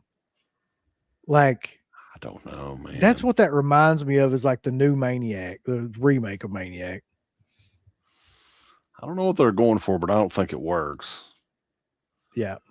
I wouldn't have. I would have just done like a black cover and put that mask on the front of it and have that font and everything the way it was. Like, I don't know. There's too much going on with it. I'm not a fan. But yeah, the movie itself is actually not too bad. Let's take a look here. They've got, so this is the new audio commentary with Felsher and Matt Blasey, and then horror cinema experts. That's what I'm talking about. Arnie Venema and Stefan Hammond. Who? With the actor, buddy, who knows? There's actually a couple more on here. Tom Atkins interview. I know you're excited about that one. And Jeff Monahan. Tina Romero. There's an interview there. Oh, but archival audio interview with Romero. They never use our archival audio interviews. Never. No, we never have that. Fuck it. But I'm getting tired of the disrespect. It's just fucking ridiculous. It is. Like, it's hilarious. Never have we had a company email us and ask to use a damn thing. Never, Uncle Bill. They're too busy trying to come up with fucking stickers and covers and shit. They get art cards, shove up your film experts, and everybody loves on that. I'm a film historian. I'm a fucking film expert. My name's Arnie. Fuck you. I'm a film historian. But I'll probably have to buy. I'm kind of a Romero completist though, so I'll have to have that probably. Let's see what else we got. Here's some more news, man. I know you were excited about this. We were talking about it, and you were like pleased as punch that this was happening right here. Anchor Bay Entertainment. Anchor Bay Entertainment Lord. Is now Starboard Entertainment. Do you know that? Yeah, you know why that is, folks? No, you tell me. They got sued by Lionsgate, and they don't have the copyright for Anchor Bay. They probably should have researched that a little bit before that. It spent like a year being Anchor Bay, didn't it? Let's go through their releases though while we're on the site. We might as well. All right. See what great shit they've come out with over the last couple of years. They of course don't. Fuck. They haven't updated the damn site since like 2024. No, they really haven't. Well, Thurston. What the fuck? Cult Vault Shop. What is that? That link doesn't go to anything. I about crashed my computer, I think. Okay. Hold on. Yeah, that's not. What a shitty site. Look, buddy. Be nice. Go to see if you can go to Amazon and just type in Anchor Bay Entertainment and see if it any of that shit pops up, because the stuff that they came out with over the last couple of years, like for one, okay, this was never Anchor Bay Entertainment. They were doing this to try to garner up some sort of like fan base from the people that were fans of the original Anchor Bay.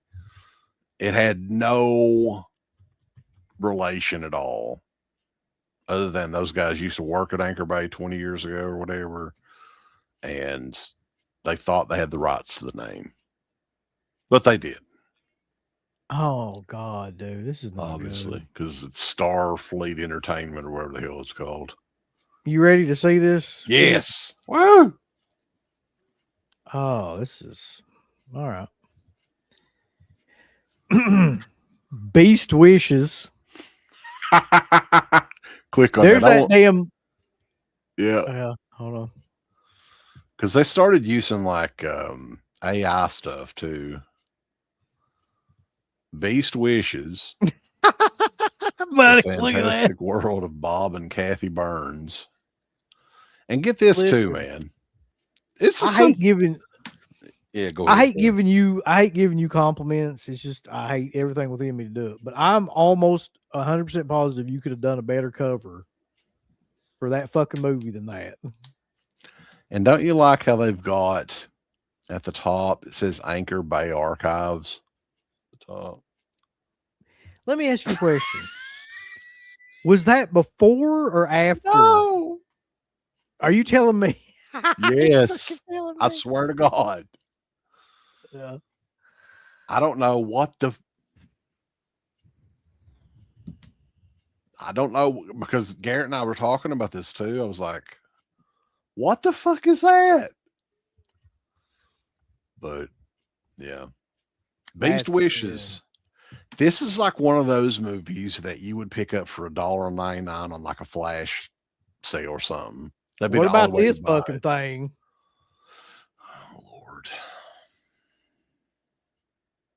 That's another Anchor Bay Archives edition. Buddy, look at that. And it's supposed to be a King Kong documentary, man. That's what it's supposed to be. What? Looks like a movie you'd find at Dollar General. That looks like a movie that David Attenborough would be doing the fucking narration on. Long live the king. We're going to observe the silverback gorilla in the wild native land. Oh, Jesus. I can't wait to see what else I got. Yellow bellies. Let me tell you something, you yellow belly bitch. All girl band, the Yellow Belly. That's from Anchor Bay Undiscovered. Undiscovered. Okay. I'm sorry that this Lord, exists. they shit the bed, didn't they? They shit the bed. I want to get the Blu-ray disc of the Yellow Bellies. That's what I want. Let me tell you something. You yellow belly dog. This is I Hate Horses, baby. This is another one. It's another from the Undiscovered line.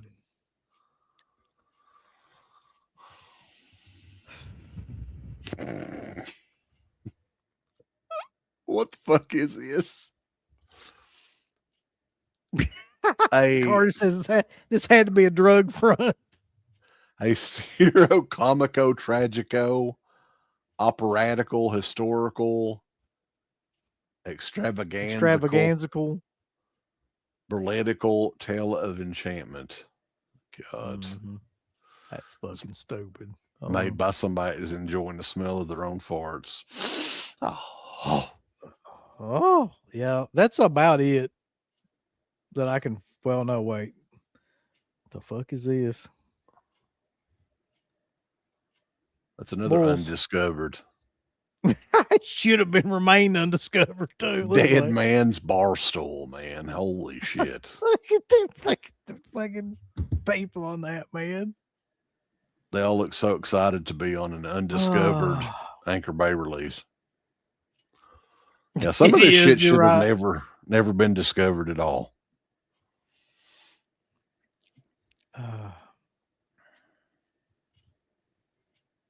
Yeah. All right. Yeah. That's Anchor Bay. Well, it's Starfleet Entertainment or whatever the hell they're called now. Starboard. Waterboard Entertainment. Starfleet Entertainment. It's Waterboard Entertainment. Okay. Sour Party. Good foul potty. I got anything else on here? You want to look on that MVD link? Yeah. There might be a couple more things that we haven't talked about that's on the MVD sites for October and November. October. Share this tab instead. Here we are on MVD's list for October. Did we mention the Frighteners? No, I don't think we did. A lot of people are excited about that. That's kind of a long awaited release. They've been working on that for years. That's got, let's see, collector's booklet, new 4K restoration, open matte version of the Blu-ray. Uncle Bill pre-ordered the Watchers, Jackson Jack, I believe. I did, yeah. That's a good price for the watchers, though. What is it, $23.99 or something? Yeah, they're actually really cheap on whatever they release. I've noticed. There's Twitter another Robot. Enter the Video Store, which we did kind of talk about that on the show a week or two ago. What the hell's this? Planet of the That's freaking Radiance, man. Yeah. Oh, this is Mario Bava. Okay. Sci-fi horror hybrid. Hell yeah, man. We might have to pick that one up. Yeah, that'll look insane. Radiance film stuff's really, like, I normally don't know what any of this shit is that they release, but it's always amazing. They do a great job. Yeah, I would have never knew that existed. That's another one that is kind of an offshoot of Arrow. It was some of the people that worked at Arrow started their own label a few years ago, and they're like disciples of the Arrow. Oh yeah, this is one. Have you ever seen or heard of this? The John Candy slasher that Kino's coming out with, the Clown Murders. I've heard of it, but I have never seen it. That's another one. I saw the cover of it and I was like, that looks really interesting. I'd like to see that. But who knows how long he's in it or anything, but he's probably barely in it. Isn't it like late 70s or something like that? It's older, yeah. I can't remember the year. Let's see. Yeah, we talked about that. Frankenhooker, they're doing like the Frankenhooker 4K, yeah. Basic bitch edition of Frankenhooker. Let's see, which that's my favorite Henlotter movie, so I'm still good with what I got. I got the Blu-ray. Fantastique, The Dreams and Nightmares of French Cinema. I'm good with that. I've seen enough French cinema for a while. Oh, je suis mon père. Oh, what? Oh, I want a plate full of snails tonight.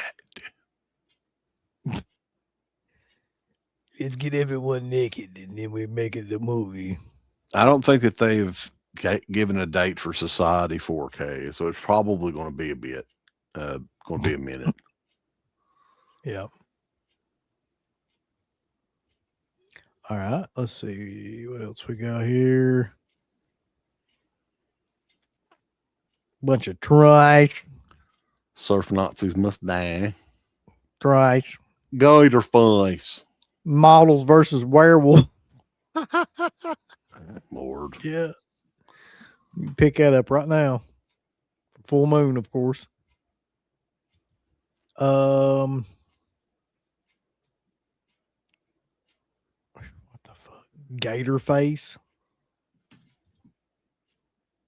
Look here. That movie's setting the world on fire right there. You want to request that one, Uncle Bill? Yeah, let's do it. Lord. No shit, man. That stuff is so awful. Like, I quit requesting it to get it for free. What have you done to Solange? That's going to be a big 4K one. Severin. So we'll be getting that one for sure. Yeah. What have you done? It's one of my favorite giallos. Which we have a Severin order that's still like pending. It's not shipped or anything yet. But yep. I've still got a Severin order that's pending from the damn sale.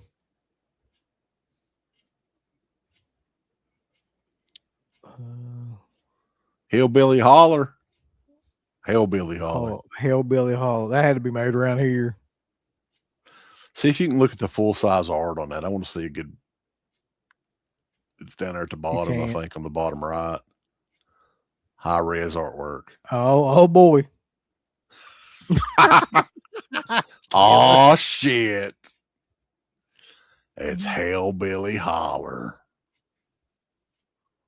Bulls, that has to be made somewhere around here. You gotta love that. Solange is from Severin Films, the mayor. Yep. That's a slap. Everything's AI slop now. I'm making a clip somehow. I've got to.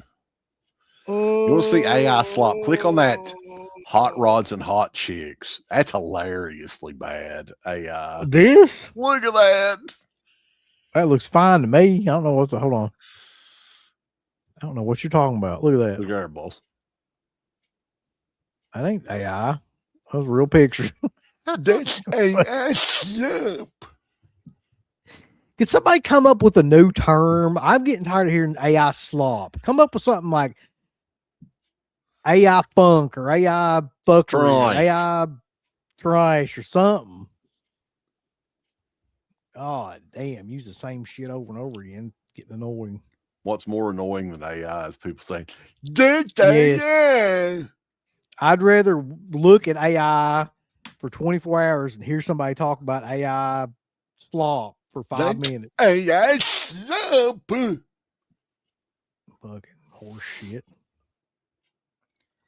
Gonna get wild, boss. Holy shit, dude. Look at this.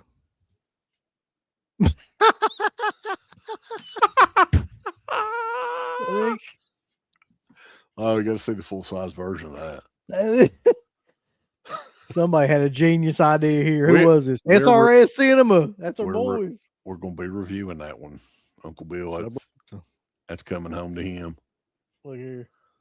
Oh my God. Look at that dude's head at the bottom.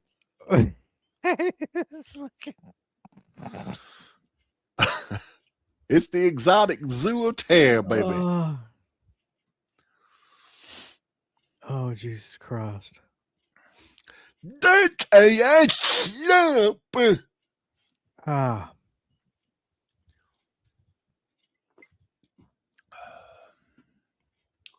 Let's see what else they've got on. There's got to be something else killer on here. Well, you've got stuff for November too, right? Or is that November? I don't even know. No, this is October. Yeah, the rest of this is I can't even show you because some of it's yeah. Can't show no boobies on that. We get thrown in prison. Let's do November now. There's all kinds of shit here. Yeah. You got the Deadly Spawn 4K. Beatrice Cincy, that's the Fulci movie that somebody was talking about earlier. I don't know the movie at all. It's from looks like 1969 and it looks very artsy fultsy. 88 Films is releasing it. So there you go. And it's starring Tomas Milian. Thomas. And Tony La Russa. Oh shit! I'm on here by myself now. Gosh, what am I going to do? So, how's everybody doing tonight? Y'all doing all right? You been playing with your birds all night in excitement? Because, we're going to get boxes. Our boxes are hard. Get through one of these fucking shows without doing that, but I don't think I'm going to. He was like, click. Oh, God, I'm gone. I got kicked out of here. Oh no. Let me go back in here real quick. Here we go. We're back to Beatrice. Hello. My name's Beatrice in cities. All right. Thanks, killing. We kind of talked about that. Yeah. It's the basic. Yeah. That one, and then there's part 3, and there's no part 2 because you were saying they didn't fucking. Yeah. Whatever. I think I'm good. I'm good not owning those movies. What about Deadly Spawn, the basic bitch edition? Did you ever get that? The Deadly Spawn 4K? I need to though. Well, the basic edition will be coming soon. That's what I was kind of waiting on. This looks like some more killer stuff. Hold on. Big buck bass. I saw it at the exact same time. God damn it. Man, I've got to start requesting this shit. Hold on. Here you go.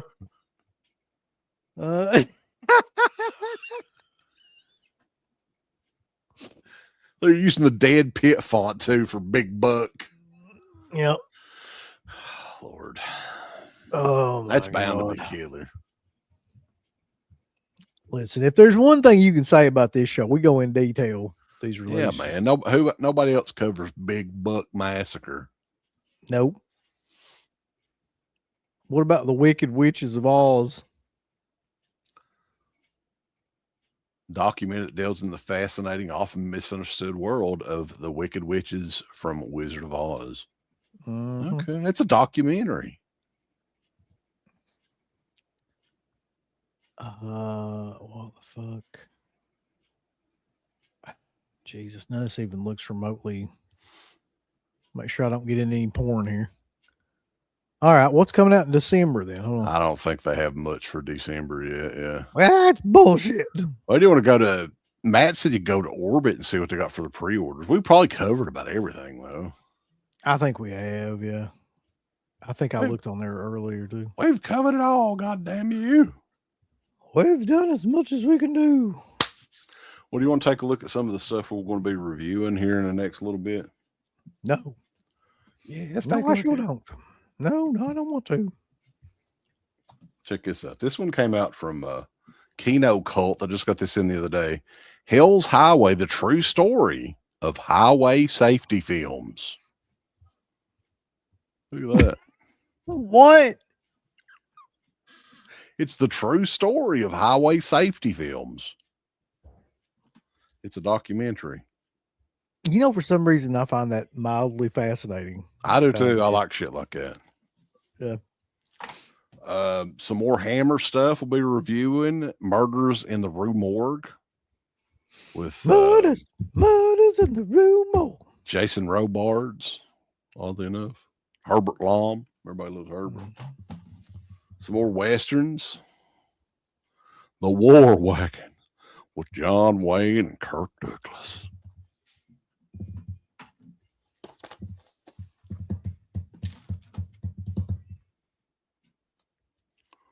Look at that, bull. You pulled that one out. I'm like, God damn it. Okay. Yeah. Cyclops from Visual Vengeance. This is an Asian movie. Check it out. From 1987. You ever want to hear DEADPIT review MacArthur on Blu-ray? I don't know if I'll actually review it. You got to, buddy. You got to review MacArthur. I didn't even ask for it, but thoughts on Ghosts of Mars and do you like the 4K? I have never seen the 4K, but Ghosts of Mars is not a great movie, but I don't think it's as bad as everybody lets on. I don't fucking like it at all. I think it's got the weirdest cast ever assembled for a movie. It just doesn't work. This is one that I've been looking forward to checking it out for a while, Uncle Bill.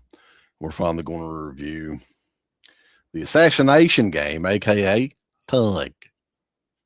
It's on Blu-ray. What about Tug? The movie it's thought was lost forever. Don May Jr. found it and released a Blu-ray of it. Tug. I made Junior's like, hey, you know what we need to release? And Jerry's Tug. like, what? Tug. Like, what the hell's that? That's You can Tug. bump off your friends and rub out your classmates in Tug. Look, I don't want to hear shit from you, Felcher. It's too late, I Belcher. Messaged your Now ass it's too fucking late. hour and a half ago. It's too late, slipping down. God It's too late. Tug. Yeah. Tug. I don't know. I have no idea what the fuck this is. I don't think I've ever seen this movie. Death Warrant with Jean-Claude Van Damme.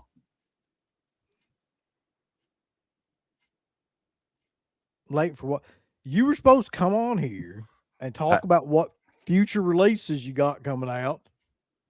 We're going to give you a full podium. Patrick Kilpatrick is in this. Yeah, Patrick Kilpatrick is the main heel.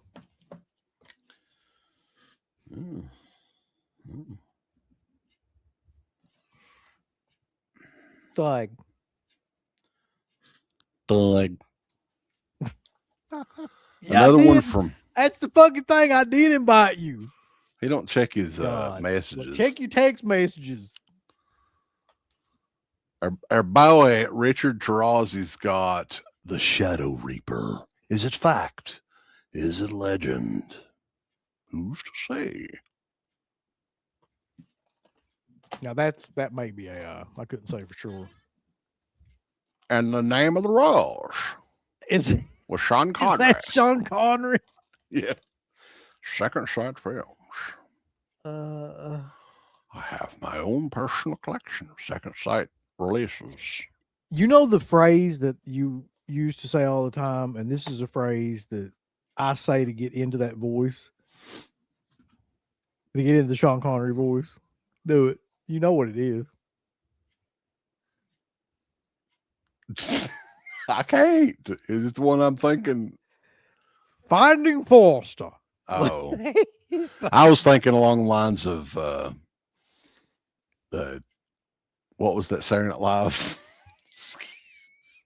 What skit? What the fuck? Oh, you don't remember where they had Sean Connery on? On Alex Jeopardy? Trebek? Yeah. Yeah. I forgot about For some that. reason I was thinking of that. I don't know. All right, and another imprint joint. Look at that. Look here. That's exactly what my invite was. I think that spells it out pretty well. That's a good enough invite. That's making you feel Get on at here, home. talk about new shit you got coming out right now. I mean, what else? It's got What a else beginning, is a there? middle, and end. Yeah. What else is there? I could have put please, I guess, but other than that, I think it's pretty perfect, really. Yeah. Listen, we still got a lot of people in here. You Got come on. 169 people. You can come on here, talk about like your new shit that you got coming out now. I'm trying to bring him on. Finding Everybody wants you to Forster. come on here.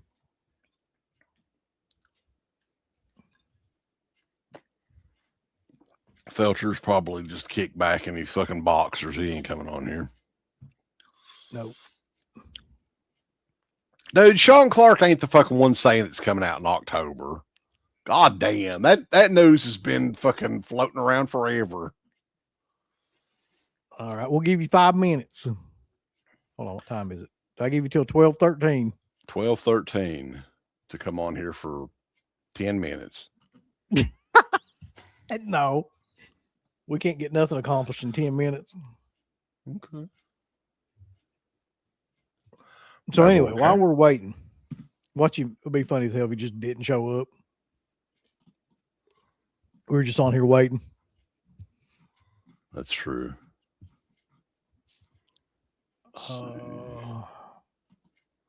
Anybody got any more super chats, though, let us know. Yeah, if you want to send us some more money while we're waiting, that'd be really nice. It would be nice. We'd enjoy that. We But I was, appreciate your charity. Suspiria on a steelbook, 4K steelbook from Imprint Films. I actually don't mind this. It's a loose remake, right? And I don't mind Dakota Johnson either. Just saying. No. And also, Mia Goth, I think, is in this. She didn't have a big role in it, but I think she's in it. Mia Goth. I'm going to kick you in the fucking head, I am. Vampire Hookers needs a Blu-ray release. It does. Thank Sneaky Fudge Face. That's true. I'm going to kick you right in the fucking skull.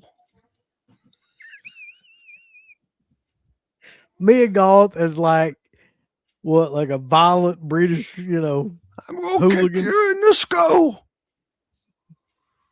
Ain't that funny? You get that fucking camera out of my face right now. Oh, shit. Remember when Mia Goth was with Shia LaDouche? They were married, weren't they? Yeah, he went crazy and did whatever he's doing now. Yeah. Did that background change? Yeah, you turned it off or something. All of our shit went away. Hang on a second. It could be Gremlins. The fuck? I was looking for something here. We got a cool summer slashback though coming up. We can mention that, right? Yeah. With the Undertaker and oh yes, Pappy Nyquist. So you can stay tuned for that. Yeah, it'll be huge. Now we're back. This is what I was wanting to add.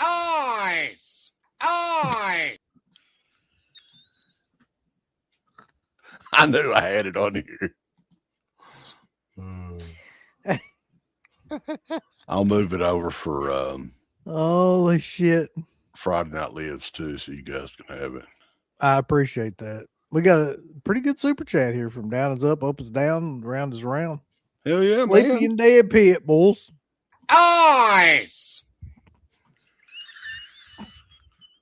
That'll never ever get old to me for some reason. I don't know why.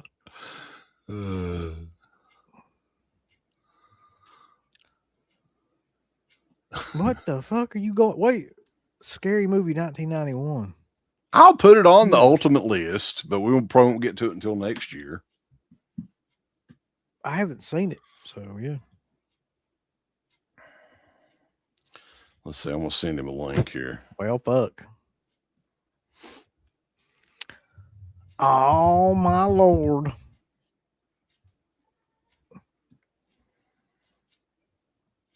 Incense and peppermint, Tubby Smith's ice holes. You remember this song here? What's the matter? Won't you take a bite of my butt? Hey, you'll be so happy if you lick it clean. Oh yeah. Come and eat my butt. Come and eat my butt.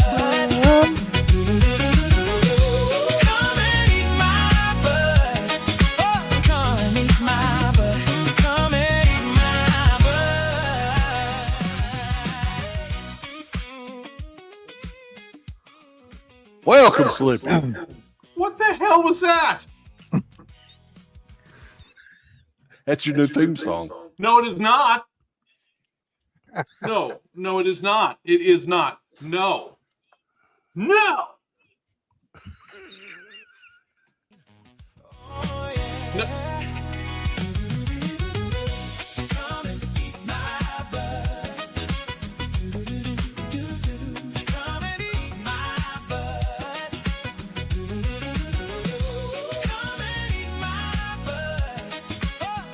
Party time, excellent. We're getting a little bit of feedback. Echo. Ruth, baby, Ruth.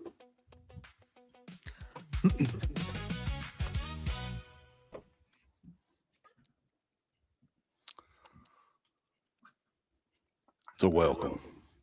That's our bad.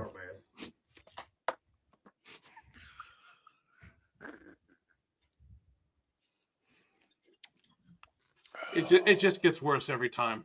It just. I need you to be honest, though. You know that there's no other show that you've been on or will ever be on that is this kind of show.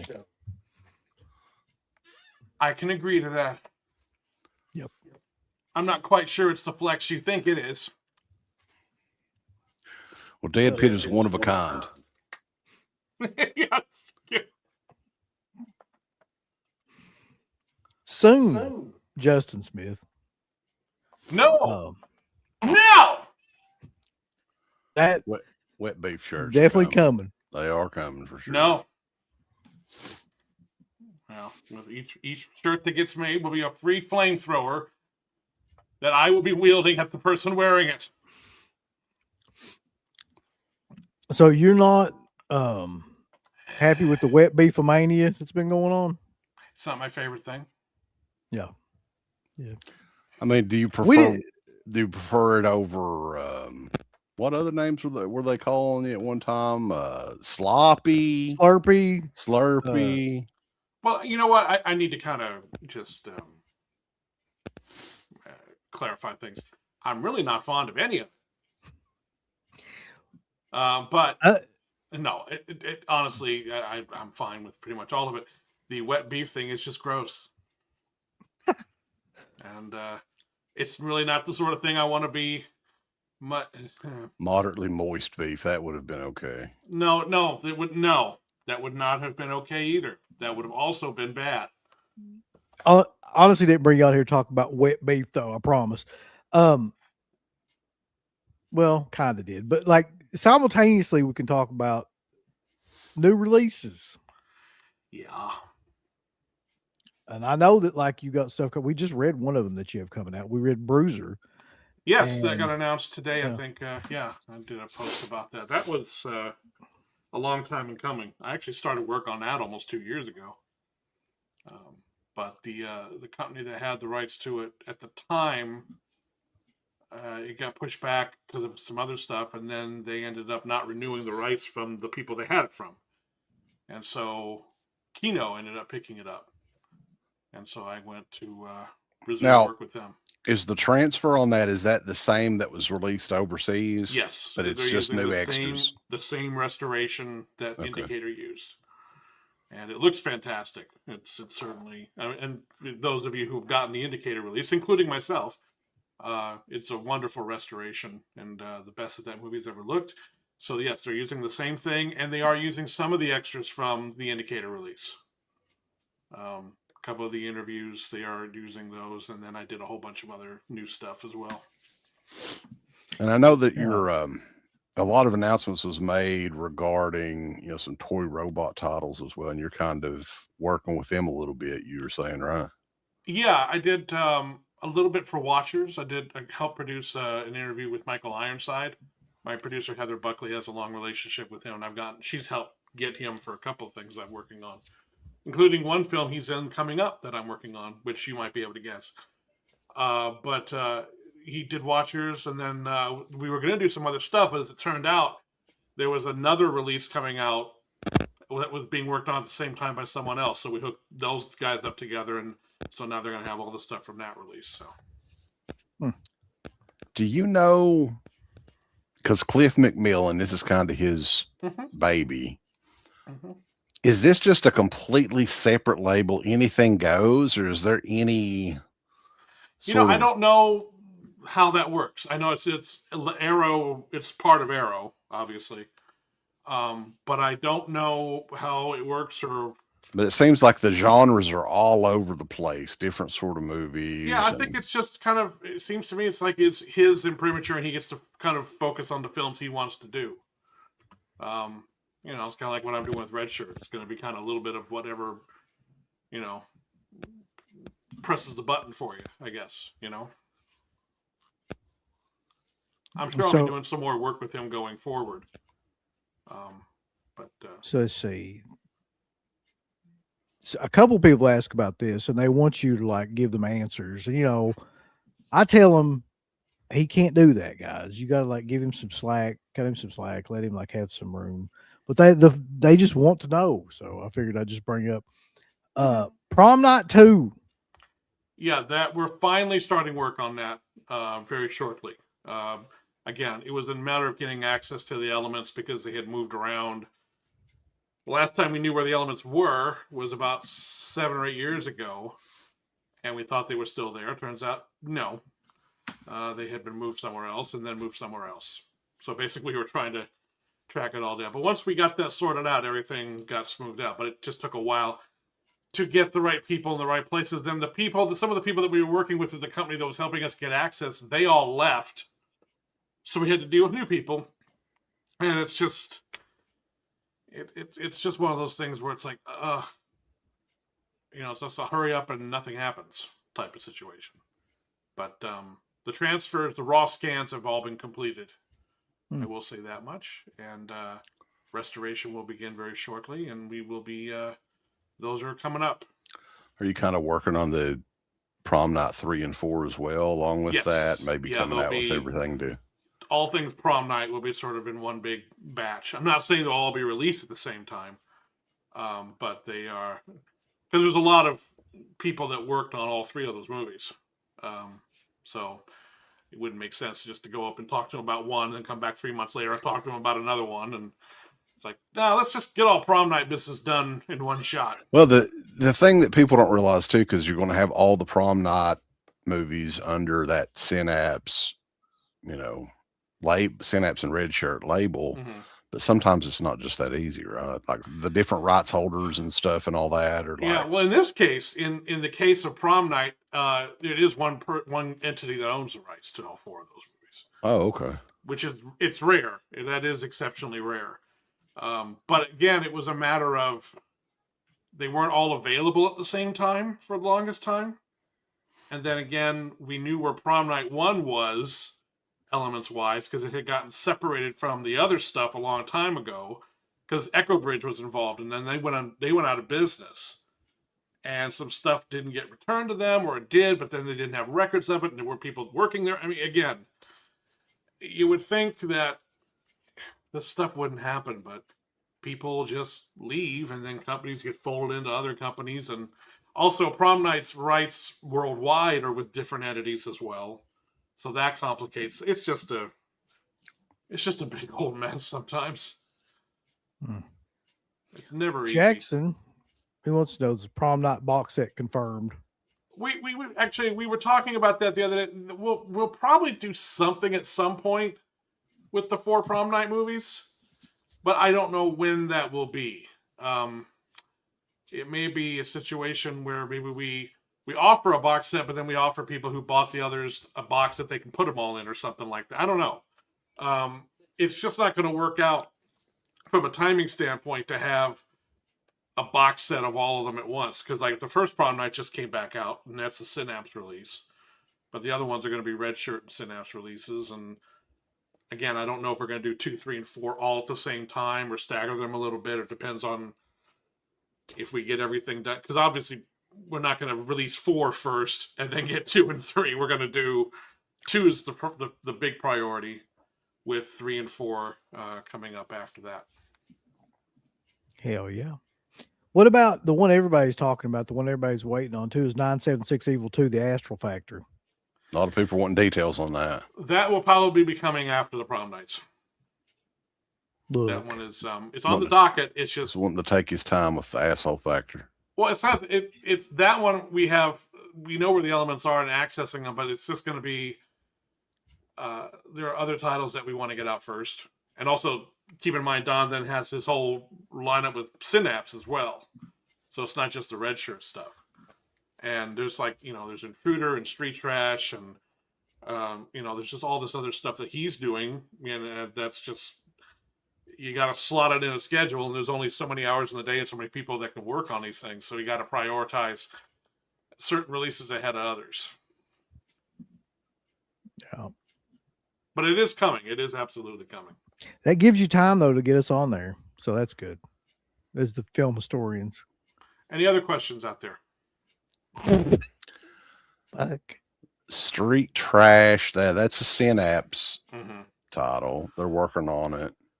Yeah, I've seen the new 4K transfer, and the color timing on it's insane. It looks so beautiful, and it was the first time that the DP came in and really was able to color time the movie the way he felt it was supposed to be, and he's very happy. You've never seen Street Trash look this good, and it's a movie that's in its own grimy way is very beautiful, and those special effects sequences really pop the colors, and then when you see this thing in 4K with the HDR, it's holy crap! It's it's really quite impressive. So there's one we got to talk about though, Fisher, that we've never talked about. I don't know why we just skipped over it, but there is a new one coming out, the Marilyn Chambers film, Angel of Heat. As a matter of fact, I'm gonna get a copy or two to you guys so you can do a review of it. Hell yeah, bulls. Yeah. Send me your addresses offline so I can get them out to you. Okay. All right. Because we've got them. They're shipping them right now, actually. Oh, they're actually already shipping. They're ready to go. Now listen, Okay. I met Marilyn Chambers. I met her at the Nashville Tattoo Convention in like 2000. I met her at Cinema What? Wasteland, I think, in 2009-ish, somewhere in there. Yeah. I don't remember when exactly it was, but she did one Cinema Wasteland. She was great. She talked about Cronenberg. It was really cool. Oh, no, she was very nice. Very, very nice. She passed away a while back, though, right? It's been a long time. It's been a while, yeah. It's been over a decade now, I think. But I'm very happy about the release. It looks beautiful. The movie is actually, it's a charming film in its own way. It really is. I mean, they knew what they were making. This is a very silly James Bond-esque spoof with Marilyn Chambers as the head of a secret spy operation, and she's there to basically stop this mad scientist from creating these robots which are going to conquer the Earth, and everyone's naked most of the time. And let me put it to you this way. She and another guy basically at one point, to stop this room full of robots from killing them, basically have to fuck all the robots so that they tire them out and short them out. Okay, so it's kind of like a softcore porn. It's not nearly as explicit as something like that, although I'll know not to watch it with my wife, at least, right? Well, she and Mary Warrenoff and most of the women in the movie are naked for a lot of it. Okay. So it's very much the movie. Let me put it to you this way. When you look at the cover, that's the movie you get. That is very much the movie that you get. I'm up for that. And we're only doing 3,000 of them with this O card. And that's probably my favorite O card of anything we've ever done. It does look, I like the color scheme and everything with that. Mm-hmm. Yeah, Justin Osmer did a great job. He also did a great job on the Bruiser art, which he actually did like 2 years ago. And Kino was able to use that. The other company hadn't paid for it yet. So they didn't own it yet. Okay. But I'm very happy about Bruiser because I was able to do some things for that that I'd been wanting to do for a long time. Getting Peter Stormare to talk was great because he's the life of the party in that movie. And he's the life of the party in pretty much every movie he does. But I don't think that we discussed those since Suzanne Romero passed away. Yeah. I don't know if we talked about that. Who controls? Is it Tina that controls his estate now, or I don't know how that breaks down. Because like the rights to those tapes, Down is Up was asking about those tapes that you did. You pretty much have the rights to use them however you want, right? Yeah, although basically the deal was it would be a 50-50 split in terms of any profits between me and at the time it was George and Sue's. So if there was any, I don't know what kind of revenue would be generated. The Romero estate or the foundation. Yeah, the foundation. Yeah. But that's something that I am going to be looking into now a little bit because now that Susan's gone too, it's like, oh. Now, had she been sick or anything? Did anybody know about, or was it just a sudden? Without going into a whole lot of it, she had cancer before and beaten it. And unbeknownst to most people, it had come back. And it was apparently more serious than she told anybody. He had kept it very private. I didn't know either. Last time I talked to her was on George's birthday back in February, shortly after that. Because we would talk at least twice a year on the day George passed away and on George's birthday. We would always talk on those days. Or I would leave her a message and she would call me back a few days later because sometimes she'd be out of town or something. Right. And we had a really lovely conversation, most of which focused on how proud and how happy we were with how Queens of the Dead turned out for Tina. So we were really excited about that. And then I didn't, she wasn't sure if she was going to make Living Dead Weekend or not. And then I just didn't hear from her again. And then she passed away. So it was but I got to go to her memorial service in Toronto. And it was nice. It was very, very nice. Now, was she the reason that kind of George moved to Canada? Was she Canadian, or how? Yeah, she's Canadian. George met her up there while he was wrapping up Land of the Dead, or filming Land of the Dead. So he had already been living up there a while, then, right? He'd been up there. Well, he hadn't been living up there permanently at that point. No. Oh, okay. But he had been essentially living up there for months on end, shooting Land of the Dead, and that's where he met her, because she was a bartender at the hotel that he was. Because I thought like Bruiser was made in Canada, so I just assumed. Well, that was several years before. That was in 99. Right. Yeah, I just assumed that's when he kind of went up there. But well, that was his first movie up there. Yeah. Yeah. And he really enjoyed that experience. So when Land rolled around, and because of various reasons and tax incentives and financial reasons, they wanted to do it in Toronto, and George was fine with that because he had a really good experience on Bruiser.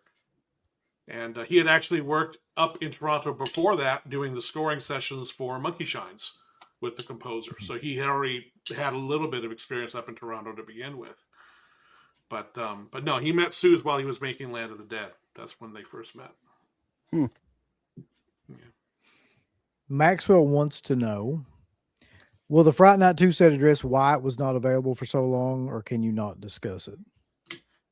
I can discuss it in generalities because we have some other business going on with the entity that owns that movie or those particular rights, because there were other titles that were part of that catalog that have not come out either.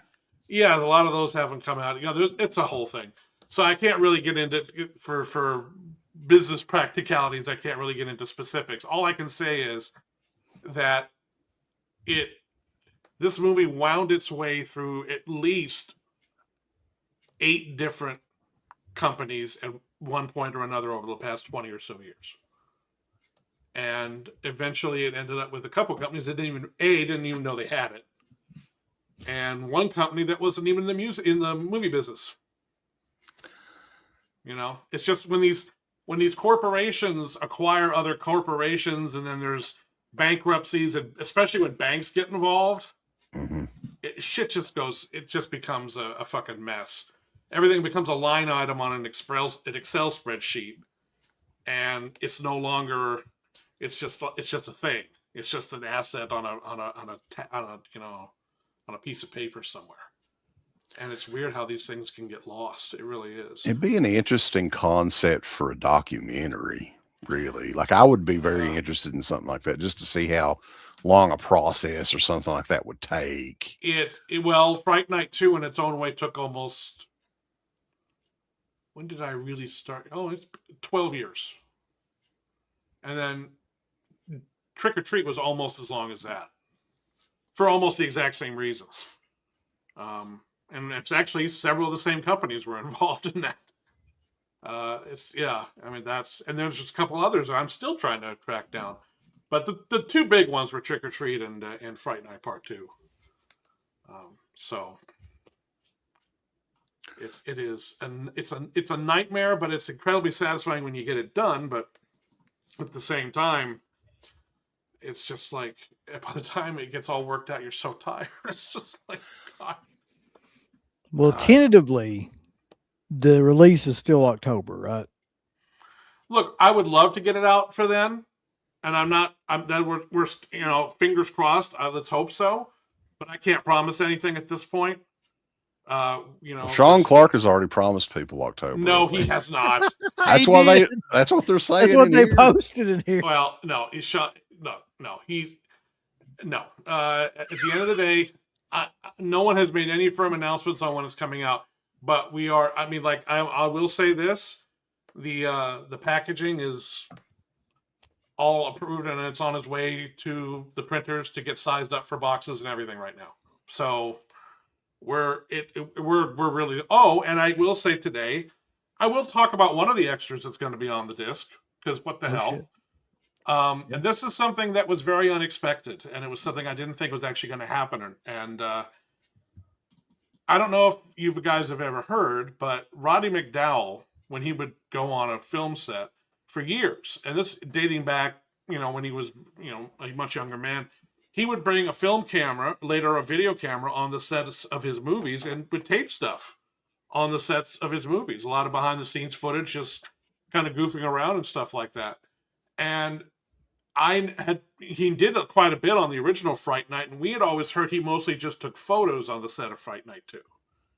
I got a hold of the gentleman who controls his estate, a really, really nice guy named Dennis, really cool guy. And I asked, I said, did he shoot anything on Fright Night 2? And I was like, well, I got these tapes, maybe, I don't know. I didn't see anything that was Fright Night 2 related, but I'll look for you. And it's okay. And I get a thing back from him like 3 days later, said, yeah, it's about 2 hours worth of stuff that apparently is on the tapes for Fright Night 2 that he shot. And we made a deal, an arrangement with him, and an edited version, a condensed version, the highlights reel of that stuff will be present on the 4K. So you're going to get to see footage that no one outside of Roddy McDowell has ever seen for Fright Night 2 that was shot on the set by Roddy That's McDowell. like That's like badass, time yeah. capsule I'll give you stuff, that. man. That's pretty cool. It is. It's very, very cool. That's and I'm going to include as much of it as I can. As you know, with behind the scenes footage, for every 5 minutes, there's usually 1 good minute. So I'm going to put all the good stuff on there, but I'm not going to make it a 5-minute reel either. It's going to be, I'll let some of it play and really kind of get the sense of what it was like. But I'm very excited to, it's actually being sent to me right now, uploading right now. So I can, that's the last extra that I needed to finish up. Everything else is done. And it's so many extras. This is another thing I'll tell you. We cannot fit it all on one Blu-ray. It was going to be a 4K, and then a Blu-ray of the feature, and then a Blu-ray just of extras for Fright Night 2. Nice. So let's see. That is badass, all of that. By the way, you sold a copy of Angel Feet just for being in here. So there you go. Hey, that's great, because like I said, we're only doing 3,000 of them with the O card. That's it. We're not doing any more after that. So or it'll just be a regular release. And this is a really cool O card, and it's got a nice little spot gloss on the title and everything, and it's a double walled one, so it's not one of those cheap ass ones. It's really nice. It's kind of Here, hard. actually, I've got an open one here. So that's what it looks like, and then it's got the stuff on the back. So very, very proud of that release. Such a goofy movie, but again, it's truth in advertising with that one. Yeah. Somebody had asked, and I don't know how much of this you want to talk about as far as what's going on with Tom Savini right now. It's very unfortunate. Yeah. I mean, I couldn't have. It's everybody's worst nightmare, really. It is on several fronts. Yeah. To have a fire in your own home, not only is it just because of the threat of what could have happened, thank God no one was hurt. And the fire department apparently got there very quickly, like within just a few minutes. And that's unquestionably the reason that the house was ultimately saved. All I know is that structurally the house is fine, but a lot of stuff on the inside, apparently there was a lot of damage. I can't speak to what was damaged, how much, or anything like that. I've spoken with Tom a little bit, but not a whole lot. I think he's just probably overwhelmed right now with everything that's going on, but I think he has to be, and I hope that he is comforted by the amount of love and outpouring from the fans that I've seen out there. There have been some problematic statements made by some people that, quite frankly, I think are in about the poorest taste and imaginable, especially when it's on people's, like there's this GoFundMe that Jason Baker, who's worked with Tom and is a good friend of his for years, set up for him. And people were going on other people's posts about the GoFundMe and basically shitting all over it.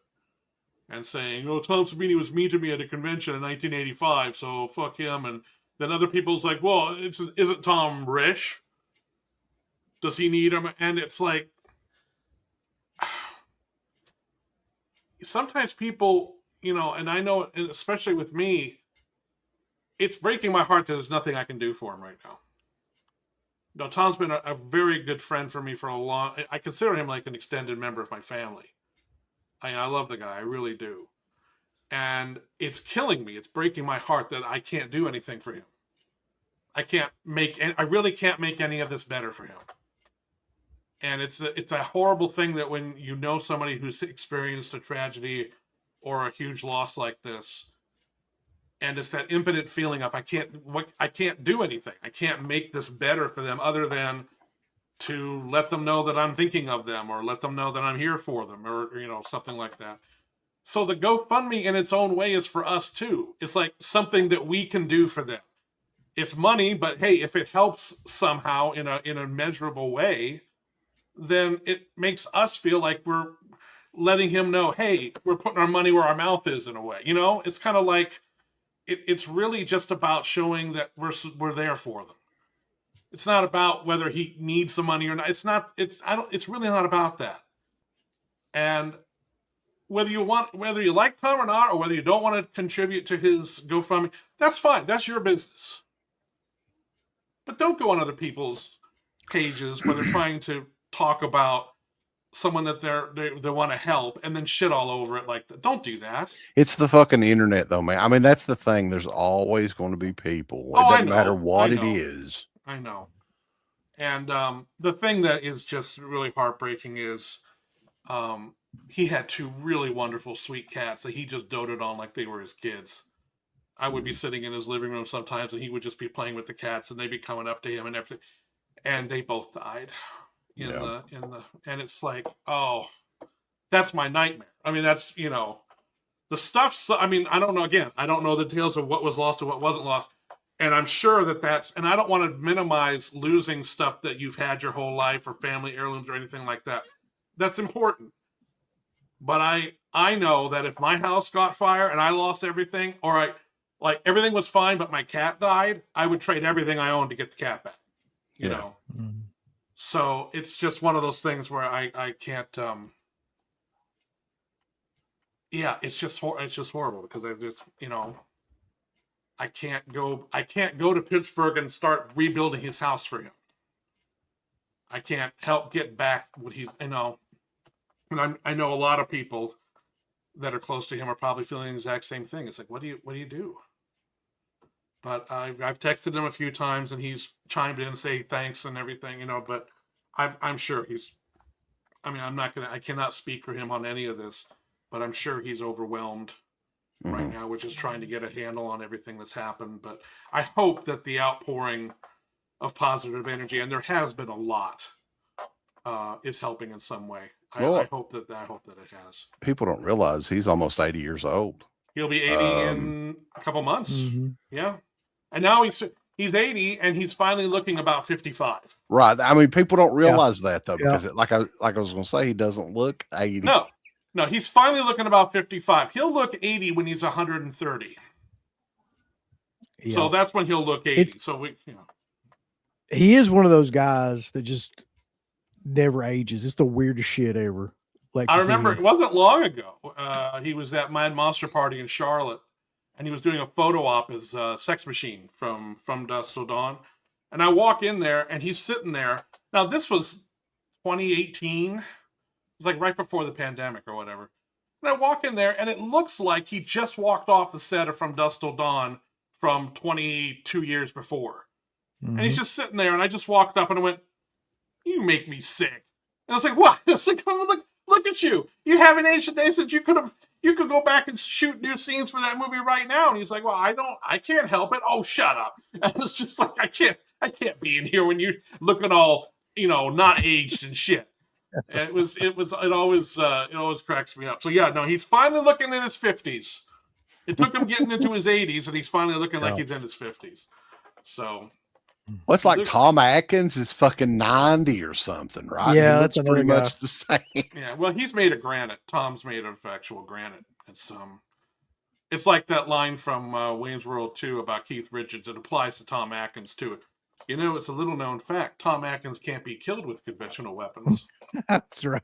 Yeah, because I just was editing his like a couple weeks ago, editing his featurette for Bruiser, and it's just like, Tom, you look exactly the same as when I met you. And that was 25 years ago. Like, how the hell do you do this? He's a guy that's looked 60 since like 1980. Yeah, well, he's like Sam. Yeah. Sam Elliott has never looked young. You remember you say I Yeah. can't think because Sam Elliott did a western in '85 called The Quick and the Dead. He looked 60 then. I think he was in his late 30s when he did that movie. So there's just certain actors like Charles Bronson never looked young. No. No. You know, but even when Tom was young, he always looked like a sturdy older statesman kind of guy. But and Tom's he's another really Greg. He's always been very generous with And a me. lot of people were talking though too about some of the items that, like, did Savini keep a lot of his movie prop stuff in his house? It was all there. Yeah. That's what I was thinking. Yeah. But keep in mind, his house, there's so many different stories and so much depth to it. I mean, again, I don't know what was damaged and what wasn't, so I can't. But I don't think it was every single thing. I don't, because obviously I think they got there. There's probably a lot of smoke damage for sure. A lot of smoke damage in the water. Getting that. I mean, I can't. Again, I don't want to put out anything out there that gets taken as fact and then gets become part of the story. I don't know the details. All I know is it was bad, and I'm bad enough that his cats weren't able to make it out of it. And there's been some loss, and he's going to have some hard times ahead of him, I'm sure. But if I know Tom at all, he will get through this. And he's got his wife, and he's got his daughter, and his family around him. And they're all really great people. I love his wife, Jody. They're just so much. I mean, they're going to be okay. I know they're going to be okay, but this has got to be just a really, really rough time for them right now. No doubt. No doubt. Yeah. Yeah, this has been a shit year. I gotta tell you. Yeah. In terms, one of my close friends who I play video games with every night, his wife had been battling a whole series of health problems, and she died a couple weeks ago. I got a good friend of mine who has terminal cancer. He's fighting that. Sue's died. Tom's going through his thing. And it seems like there's a celebrity or some actor or somebody I've met and worked with who's passes away every week.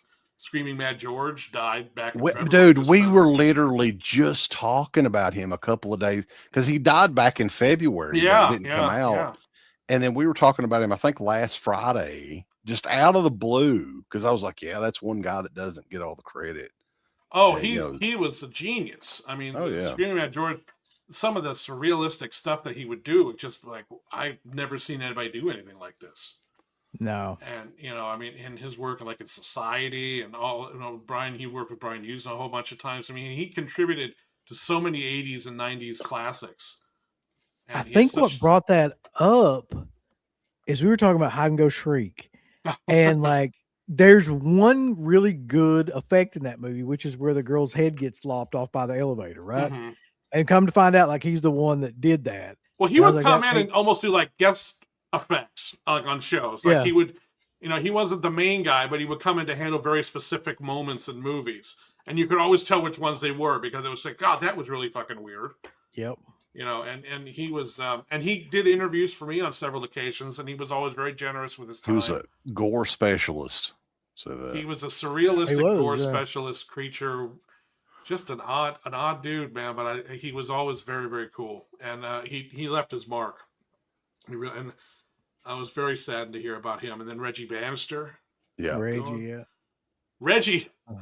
I only had a few chances to meet and speak with him over the years, but. Man, I don't know if there's ever been an actor who's played a role as close to who he really was as Reggie Bannister. I mean, 100%. I mean, he's a good example of like somebody that you wanted to meet because like it was exactly how you would want it to be. Yeah, exactly. Yeah. What you got with Reggie was what you were always, it's like, I hope Reggie's like that guy. Yep. And he was. And he was. So that's exactly who he was. And that was. I know he'd been battling health problems for a long time, but still, it's. These guys, they make such impressions on us, and we don't necessarily realize it until all of a sudden. What do you mean they're gone? That's not allowed. The hell is this? Yeah. Well, I think for a lot of these guys too, because I was thinking about this, like the early days of us doing the show and all those people that we got to interview and everything. But I think in the years since, like social media and all that, and these people get on and they see how many thousands and thousands of people around the world that just love all of their stuff. Like it really changed, because a guy like Reggie, like, was always super humble anyway. Like that was him. I mean, he didn't see himself as a movie star. No, he just he was a very down to earth guy. Certainly from the times I met him, it was just like, oh hey man, it was just like, yeah, there he is, that's Reggie, okay. And but it's funny, like he was so close to the character he played, and yet Angus Scrimm was so completely the opposite of the tall man. True. I mean, what a very sweet, humble, just gentleman he was. The times I got to hang out with him, and one time up in Toronto, I was at the Rue Morgue offices when he stopped by, and I got to spend a little time with him. It's just like, oh man, how is it you can play such a complete evil bastard so convincingly, and here talking with you, you're like my grandpa, what a sweet dude he was. One of the things about him that I'll never forget, for some reason, is an odd fact that's always stuck with me, is that he won a Grammy. He did, for yes. writing the liner notes. And was it like a Beatles album or something like that? Yeah, something, I can't remember what album it was. Yeah, because his real name was Rory Guy. Yeah, I think was his name, and so that's what the name. I think that he was Angus Scrimm was just a nom de plume for movies, but again, it's just like you would watch Phantasms. I wouldn't want to be within 100 miles of that man. And then you spend 2 seconds with him. It's like, oh, this is the sweetest guy that ever walked the face of the earth. Yeah, somebody mentioned that because we did the through the mail autographs thing probably 25 plus years ago, and he was like one of the best. Oh, I bet. He sent I've still got the photo somewhere where he signed the dogs' names that he hadn't had in the photo. And it's like the most.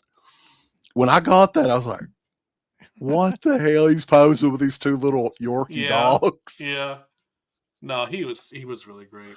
He was really, I mean, there's just so many of these guys that they're just naturally good people, and being in a popular movie or series of popular movies doesn't really change who they are somehow. Somehow they stay who they're supposed to be. And that's always really refreshing, because sometimes you meet people and you're like, love your work, but you can go to hell. That sort of thing. And then that's unfortunately a little too common, it seems, these days. But yeah, it's all the money. I mean, the convention thing's just a big money there's thing. It's such a look, it was always a business to a large degree, but it seems like it has become such a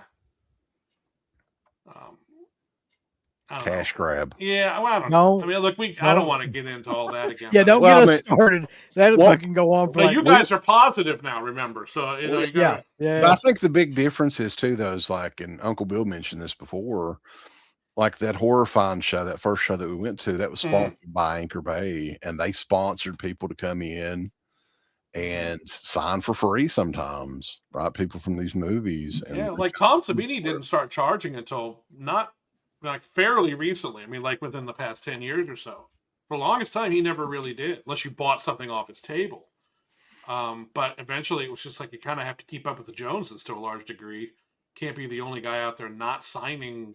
And it makes everybody else look bad, But it's like, but even now, he's like still one of the cheapest people out there. He's never been one of those people that wants to gouge people. And I've never seen that attitude with him at all. Mm-hmm. Yeah, he always. I think Reggie signed for free too. Yeah, a lot of them did. Yeah, Greg Nicotero doesn't like to charge either. Yeah. It's just like some guys are just. But again, it's different for everyone. I'm not here to judge or tell anybody that they shouldn't charge or anything like that. That's not my place. And and I've never had a problem paying for an autograph or anything if it was someone I really wanted and I got a nice chance to meet them and have an interaction. That was fine with me. But anyway. Yeah, let's get yeah. Okay. Money makes the world go round. We'll just say that. Humongous. Someone. I want to say that there was a problem with they couldn't find some elements for that movie or something. I don't remember. I may be wrong on that, but I don't know what the situation is with that.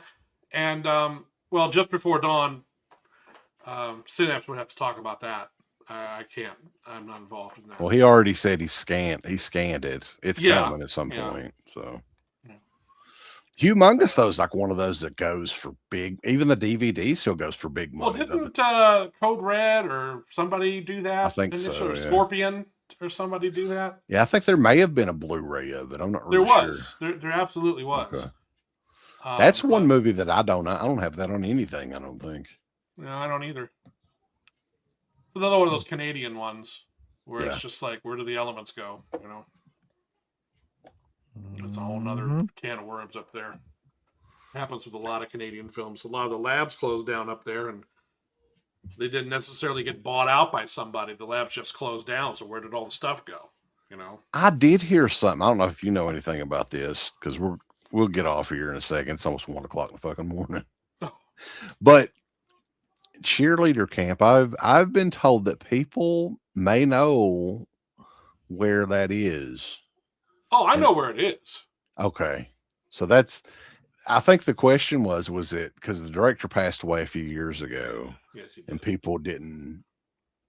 So it may be like a waiting game. Who's the highest bidder that's going to put this I don't know if it's as simple as that. But no, where the rights have gone have not really been the issue. It's a matter of the individual or individuals actually who own that, or do they want to do anything with it? Bulls. I can't figure people out, man, because okay, it's cheerleader camp. Like, what are you? Is it going to like win a Saturn Award or something now? Like 40 years? Like, what is the point of holding on to it? You're not preserving the sacredness of cheerleader camp. I don't know. I look. Hey, I can't speak to what the motivations of the current owners of the film may be or what the situation is. I don't know. But all I know is that it's not a matter of finding out who owns it. That is known to the people who are interested. Yeah, you may joke like it's just. I love that movie though. It's a lot of fun. A lot of people love it, but we it's did that like, in Anchor Bay. That was one of the titles I remember working on very vividly, and it was a very popular title when we brought it out. You know, it's just one of those one. I mean, it's called Cheerleader Camp, and it's got a really great cast and a great piece of key art. I mean, it was one. It's got a great rap song in it. Yeah, it's done cheerleader camp. No, but seriously, like I mean, they could make a good. That could be as popular as like some of these other ones that have come out. Like people love slasher films. It could do great. I think it would do very well. I don't know. It's certainly not. It's not unavailable because the companies that are interested or don't think that there's any interest. You know, it's not out there because no one thinks it's not going to sell. Trust me, if I could do Cheerleader Camp tomorrow, I would. I just imagine this dude like in his house, like, listen, I'm going to preserve the legacy of cheerleader. I know what I've got. I don't think it's that. I think it may be the reverse of what you're thinking. Oh, like I don't want to release it kind of thing? Or it might be a situation where they're just like, I don't want to deal with this. You know, just kind of like, what? This isn't part of my life, you know, or something like that. I pray it's like they've got like a shrine set up to it. And they're like, don't you the rights to the name. What's this thing about Anchor Bay? I didn't see that. You didn't hear about Starfleet Entertainment or whatever. That's their new name. Oh, Starfleet Entertainment. Something like that. Starboard Entertainment is what they're called now? Yeah. I don't know the details behind what happened there. All I know is that for one reason or another, they weren't allowed to use the Anchor Bay name anymore. So I don't know. I didn't have any involvement with any of that. So I knew some of the people who were doing it. And I wish them well, but I didn't really have any involvement in it. How much is Friday Night 2 going to be? Well, I can tell you this much. It won't be, I can tell you this, it will not be more than Trick or Treat was. Oh, hell. Well, there you go. That's been the thing. Look, you know, I want people to understand that we hear what people are saying about, you know, hey, why are certain things so expensive? And, you know, we don't want to pay all this money out of the, you know, at the ads for certain titles and things like that. And so one thing I've learned are starting to learn doing, being in charge of my own label is everything has a cost. Every little thing you put in there, everything in terms of packaging, there's a cost involved. And you have to pay for that somehow. And sometimes, so there have been things with Fright Night where some of my original plans for Fright Night 2 was like big, huge box with as much shit as I could possibly put in there. But then I think, okay, great. Now we're getting to a situation where this thing's going to be $80, $90. And yeah, well, a lot of people probably buy it. Maybe, sure. But there comes a point where it's like, how much do you need to incentivize Fright Night 2? People want to buy that movie. Mm-hmm. Yes. So you come up with, the packaging is going to be really great. And we're very happy with it. It's going to be really classy and really substantial. But the content and the transfer is really what's going to be the big thing on this one, because of all the stuff that we've managed to get for it and all the work and how good the movie looks. And so I pulled back on some of the more crazy over the top packaging ideas because I thought, no, let's not go. I don't want to. So yeah, it will not be. It'll probably be right around the same exact price, probably almost that Trick or Treat was. It will not be more than that, though. And I think that's fair. I think that's a fair for a title like this. Well, considering all the work that's gone into it. You've definitely listened to the fans too, because you brought out you have the original video art. Yeah. You brought that out there. You do listen. Because there's a lot of bitching and a lot of moaning and a lot of complaining that goes on out there. But you do tend to notice when it's less just people being nitpicky and sort of, just being complainers and whiners about things.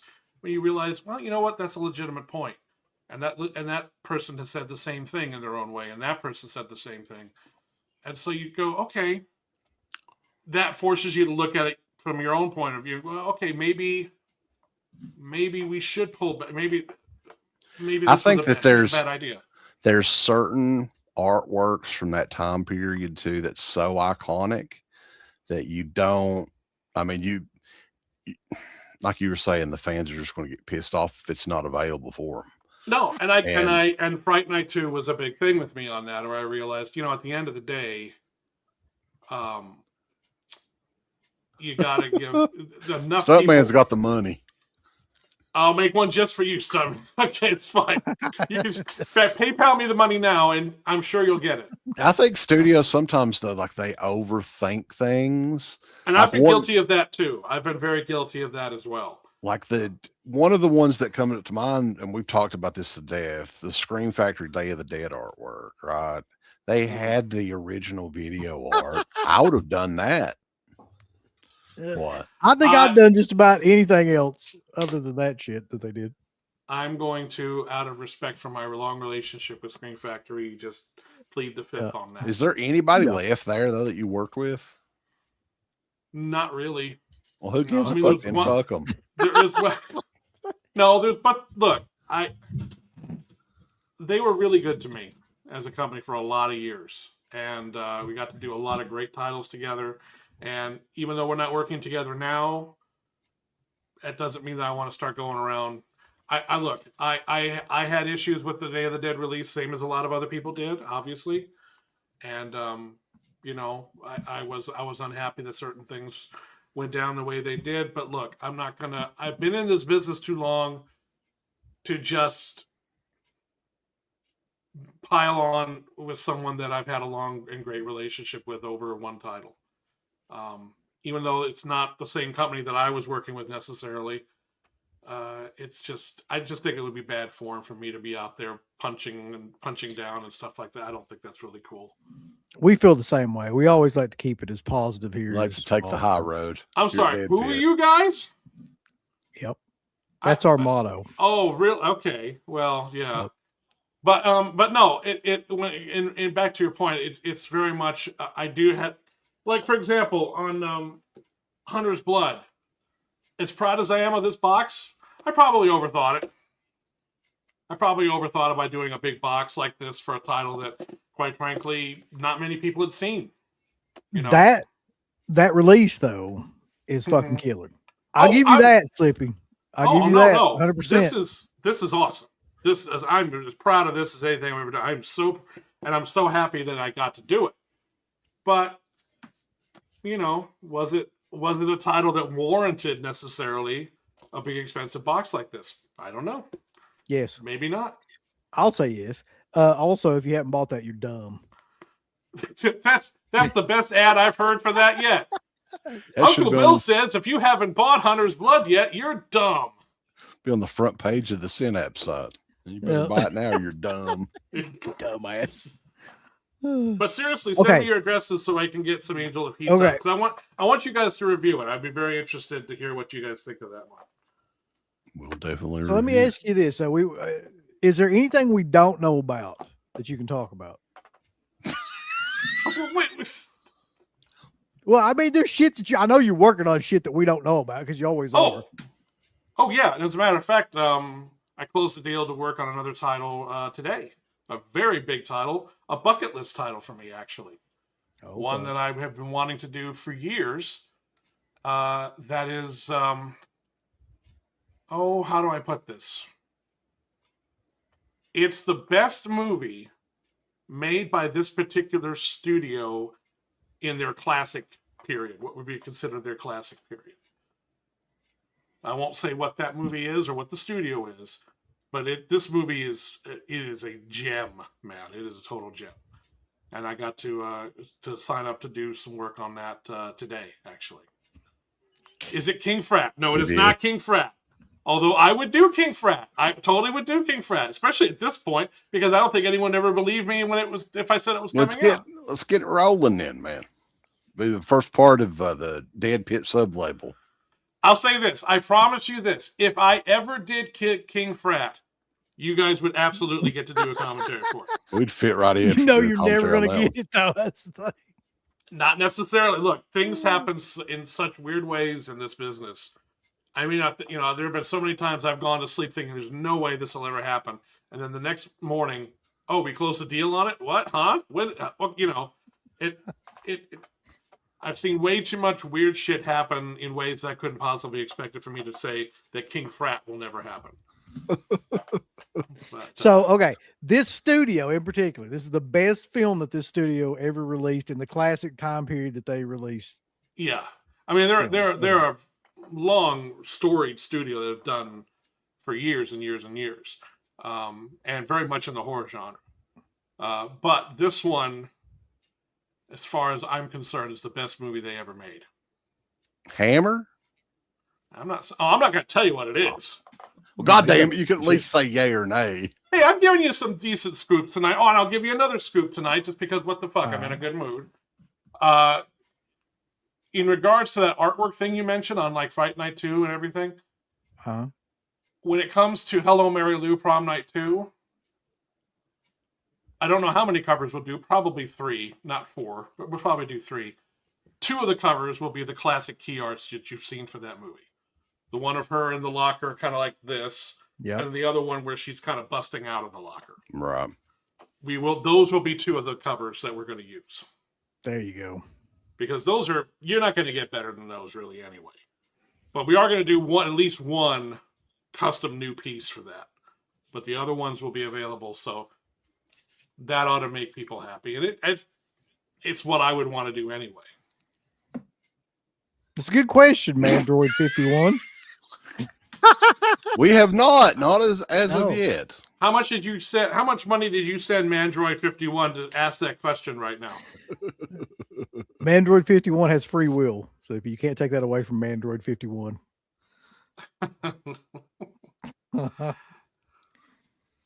But no, there's a lot of it's great artwork, and it's that one that's so associated with that movie.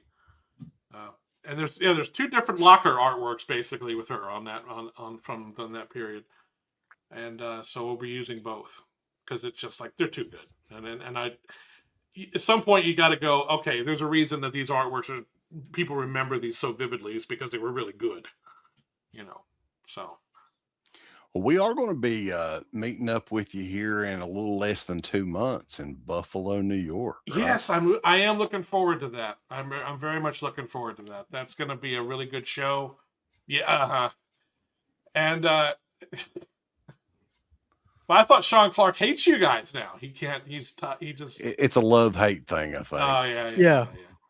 Uh, Yeah. I talked with him not too long ago. Actually, he does not hate you guys at all. It's all We love. know. We just like to give people keep people thinking that that's going on because it's Oh, no, it's- controversy creates cash. Yeah, there you go. Yeah, now there's the Sean Clark DEADPIT rivalry. Feud. It's a feud. You got a full-on feud going on. When are we going to have a feud, or have we been having a feud this whole time? You just didn't know it, but yeah, we're secretly. It's an in a feud. ongoing- Oh, I think I knew it. I think I knew it because wet beef. Am I Are you going to Living Dead? I don't know. Probably, but I don't know. Probably, but I don't know. But probably. Yeah, I mean, they're kind of throwing it all out there, I think, because that's the last one, right, in the mall, I think. At this, who knows? Because they haven't. I don't think there's anything scheduled as far as the demolition of the mall yet. I don't think anything's officially been announced. But didn't somebody say that all the stores will be out of there by the end of the year? Or by the spring, I think. That was the last I heard. Who knows? Okay. I'm not the one to really answer any of those questions because I'm not in the know on that. All I know is that there's just a lot of moving parts to this, and it doesn't seem like anyone has any real answers yet. It's just a lot of sort of vague. Here's what I think we should do, though, because I mean, the convention is Oh. fun and everything. They do a great job. Am I allowed to hug me? Are you allowed to hug me? Yeah. As long as you let me know you're coming. I mean, I don't want to be walking around and someone just grabs me and starts hugging me. That's gonna be kind of weird. All But, bullshit. You want that? You'd love that. Come on. No. We need to the night before they demolish the mall, right? We need to get a crew together Yeah. and get a projector or something and watch Hug a Filter. Watch the movie the last night that the mall's there. I'm sure that on the last day that mall's open, there will be some sort of impromptu kind of Woodstock event that's going to happen there or something like that. I'm sure that would happen. And I would want to be there for that, to be honest with you. That would be kind of cool and sad too. But Get a big crowd together in the parking lot or something. And yeah, exactly. Yeah. You know what? But again, we don't know when that's going to be, or what. There's no. I mean, we will know whenever it is. Oh, I'm sure we will. Yeah, I'm sure because they're going to have to file for permits to start the demolition. They'll have to make announcements as to when the last day will be open and stuff. Slippy, like you can that. chain yourself to a bulldozer. No, I don't think it's I that care, deep. but not that much. No, Yeah. I'm not, especially since it's like Walmart don't give a fuck. No, they don't care. They're like, oh yeah, we can pay off Slippy's relatives. Just Grievous Angel, what is the best pizza and wing spot in Buffalo? I want to know. That's actually a good thing to know. Yes, that would be. I've heard Duff's. That's the one that I've heard. But You've heard enough? Duff's. Oh, D-U-F-F. Duff's. I thought you said Nuff. I was like, well, okay. Bunch of pizza. Oh, fuck. I didn't even think about that. So here we are thinking about Hammer, but we should have been thinking. Hold on. Oh, that's a good one. That's a real. That's good one. studio. That's studio, but I mean, Yeah. New Yeah, Line. New Line. Well, yeah, I mean, New Line New was Line. an independent studio, but yeah. Yeah, good. Yeah. Yeah, maybe. The Hidden would be a huge one. It would be. That would be a great one to do. That is a great The one. Hidden. That's one that I've been championing, wanting to come out for fucking years because that's an amazing movie. So It if it's is. that one, God bless you for that. You put that out. No, but for the Buffalo show, I think my wife is wanting to go and visit Niagara Falls, right, It's impressive. on the Canadian side. So we're trying to get our passports in passport. time. Yeah, Oh, yeah, I don't know yeah. if we'll get it in time or not. Yeah. No, it's impressive. You would think that's one of those ones that really wouldn't be like, it's Niagara Falls. In person, it's actually quite impressive. And if you can get it's really cool if you can get one of the hotels that really has a great view, like right overlooking the falls. So that's actually something worthwhile. And the convention's not far from it anyway. So, Okay. you know. Awesome. But I'm looking forward to that show. I think you guys are going to have a really great time. We'll have a really good time there. All right. Well, guys, I ain't gonna be worth a shit tomorrow. Do have to work, but it's been a fun show for sure. Felcher, you're welcome anytime, man. It's always Well, good thank you getting for on the here. kind and generous invite that was done far enough in advance for me to take advantage of it and plan for it. Hold No on. problem. Let me read it real quick again for anybody that didn't catch the Yeah, it invitation. was such a sweet invite. It really was. I said, and this was at 10:24. We already started the show. Yeah. I said, hey, get on here and talk about new shit you got coming out right now, damn it. Yeah. I mean, I was It was right as we were starting. I was bowled over. I was just like, oh, you know, that instead of, hey, Slippy, we really would like to have you on the show tonight. I wanted to, email you about this 4 or 5 hours in advance so you could plan for it. No. Basically, he said, get on here. I'm Cajun now. Get on, Get on here. Talk your about ass in some here. shit. It's like, that's great. And then did you do it while your show was going on?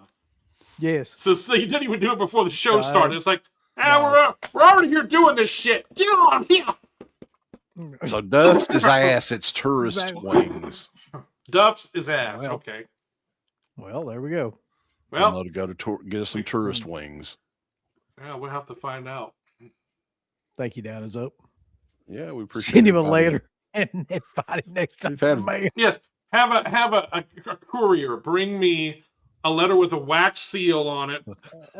You've been And it's invited. like, you are cordially invited to attend the DEADPIT.com physical media discussion Perhaps you would like to sell your wares at 2200 hours on the nets. No, I don't get that. I get your ass in here. Now, damn it.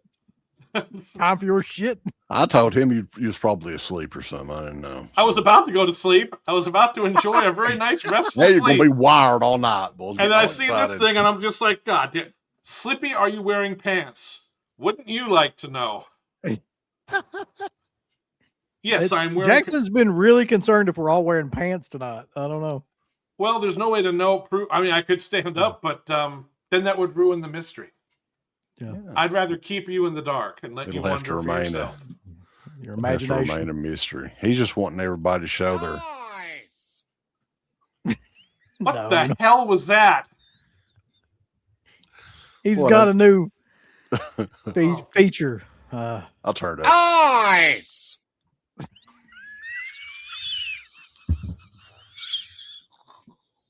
Was there a gas leak down there or something? What?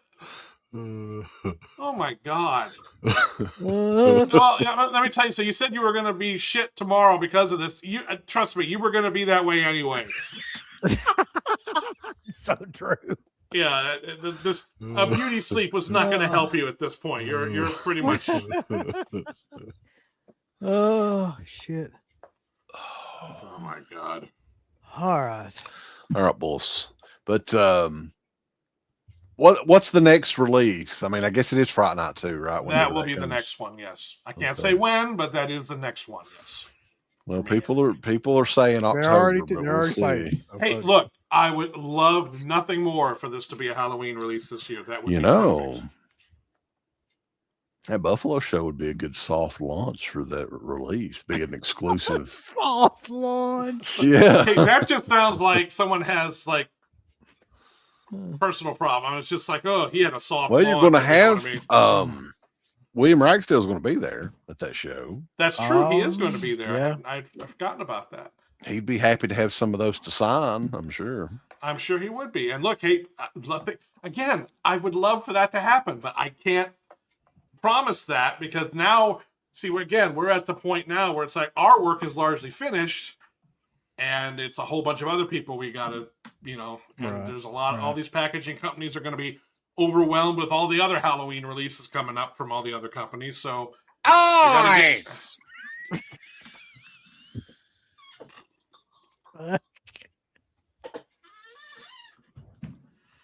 You know, it's almost as if you were sitting there going, you know what? We're not annoying enough. How can we really need an up ass button? How can we up our game? I know one other way we can too. Yeah. Play us out with that Motown ass loving song. No. No. Hey, what's the matter? Won't you take a bite of my butt? Hey, you'll be so happy if you lick it clean. Oh yeah, yeah. Come and eat my butt. Come and eat my butt. Come and eat my. Aye! I was starting to enjoy it, and you had to ruin it.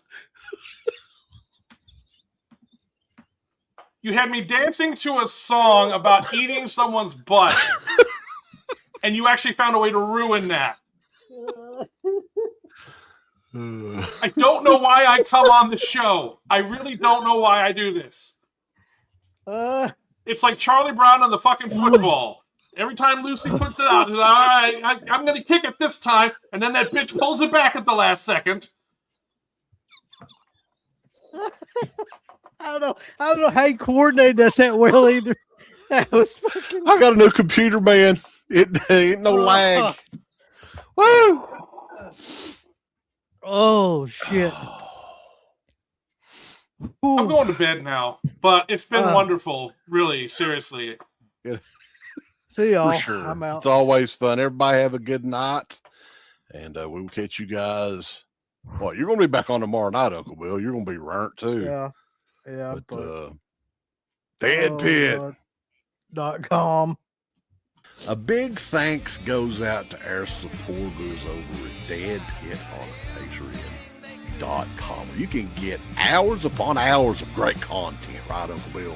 There's so many hours of content. We've got reviews. We've got songs. We've got live streams. We've got exclusive streams. We've got non-exclusive streams. We've got streams with all kinds of celebrities and all kinds of different old shows from the past podcast, the initial incarnation of the show. All of that can be yours. DEADPIT on Patreon.com. Show us a little bit of love. Give us some money because we definitely deserve it. That Patreon page is so killer that you'll rub your bird to it on a nightly basis. It's that good. You won't be able to contain yourself. You'll have to jerk your bird out and go crazy.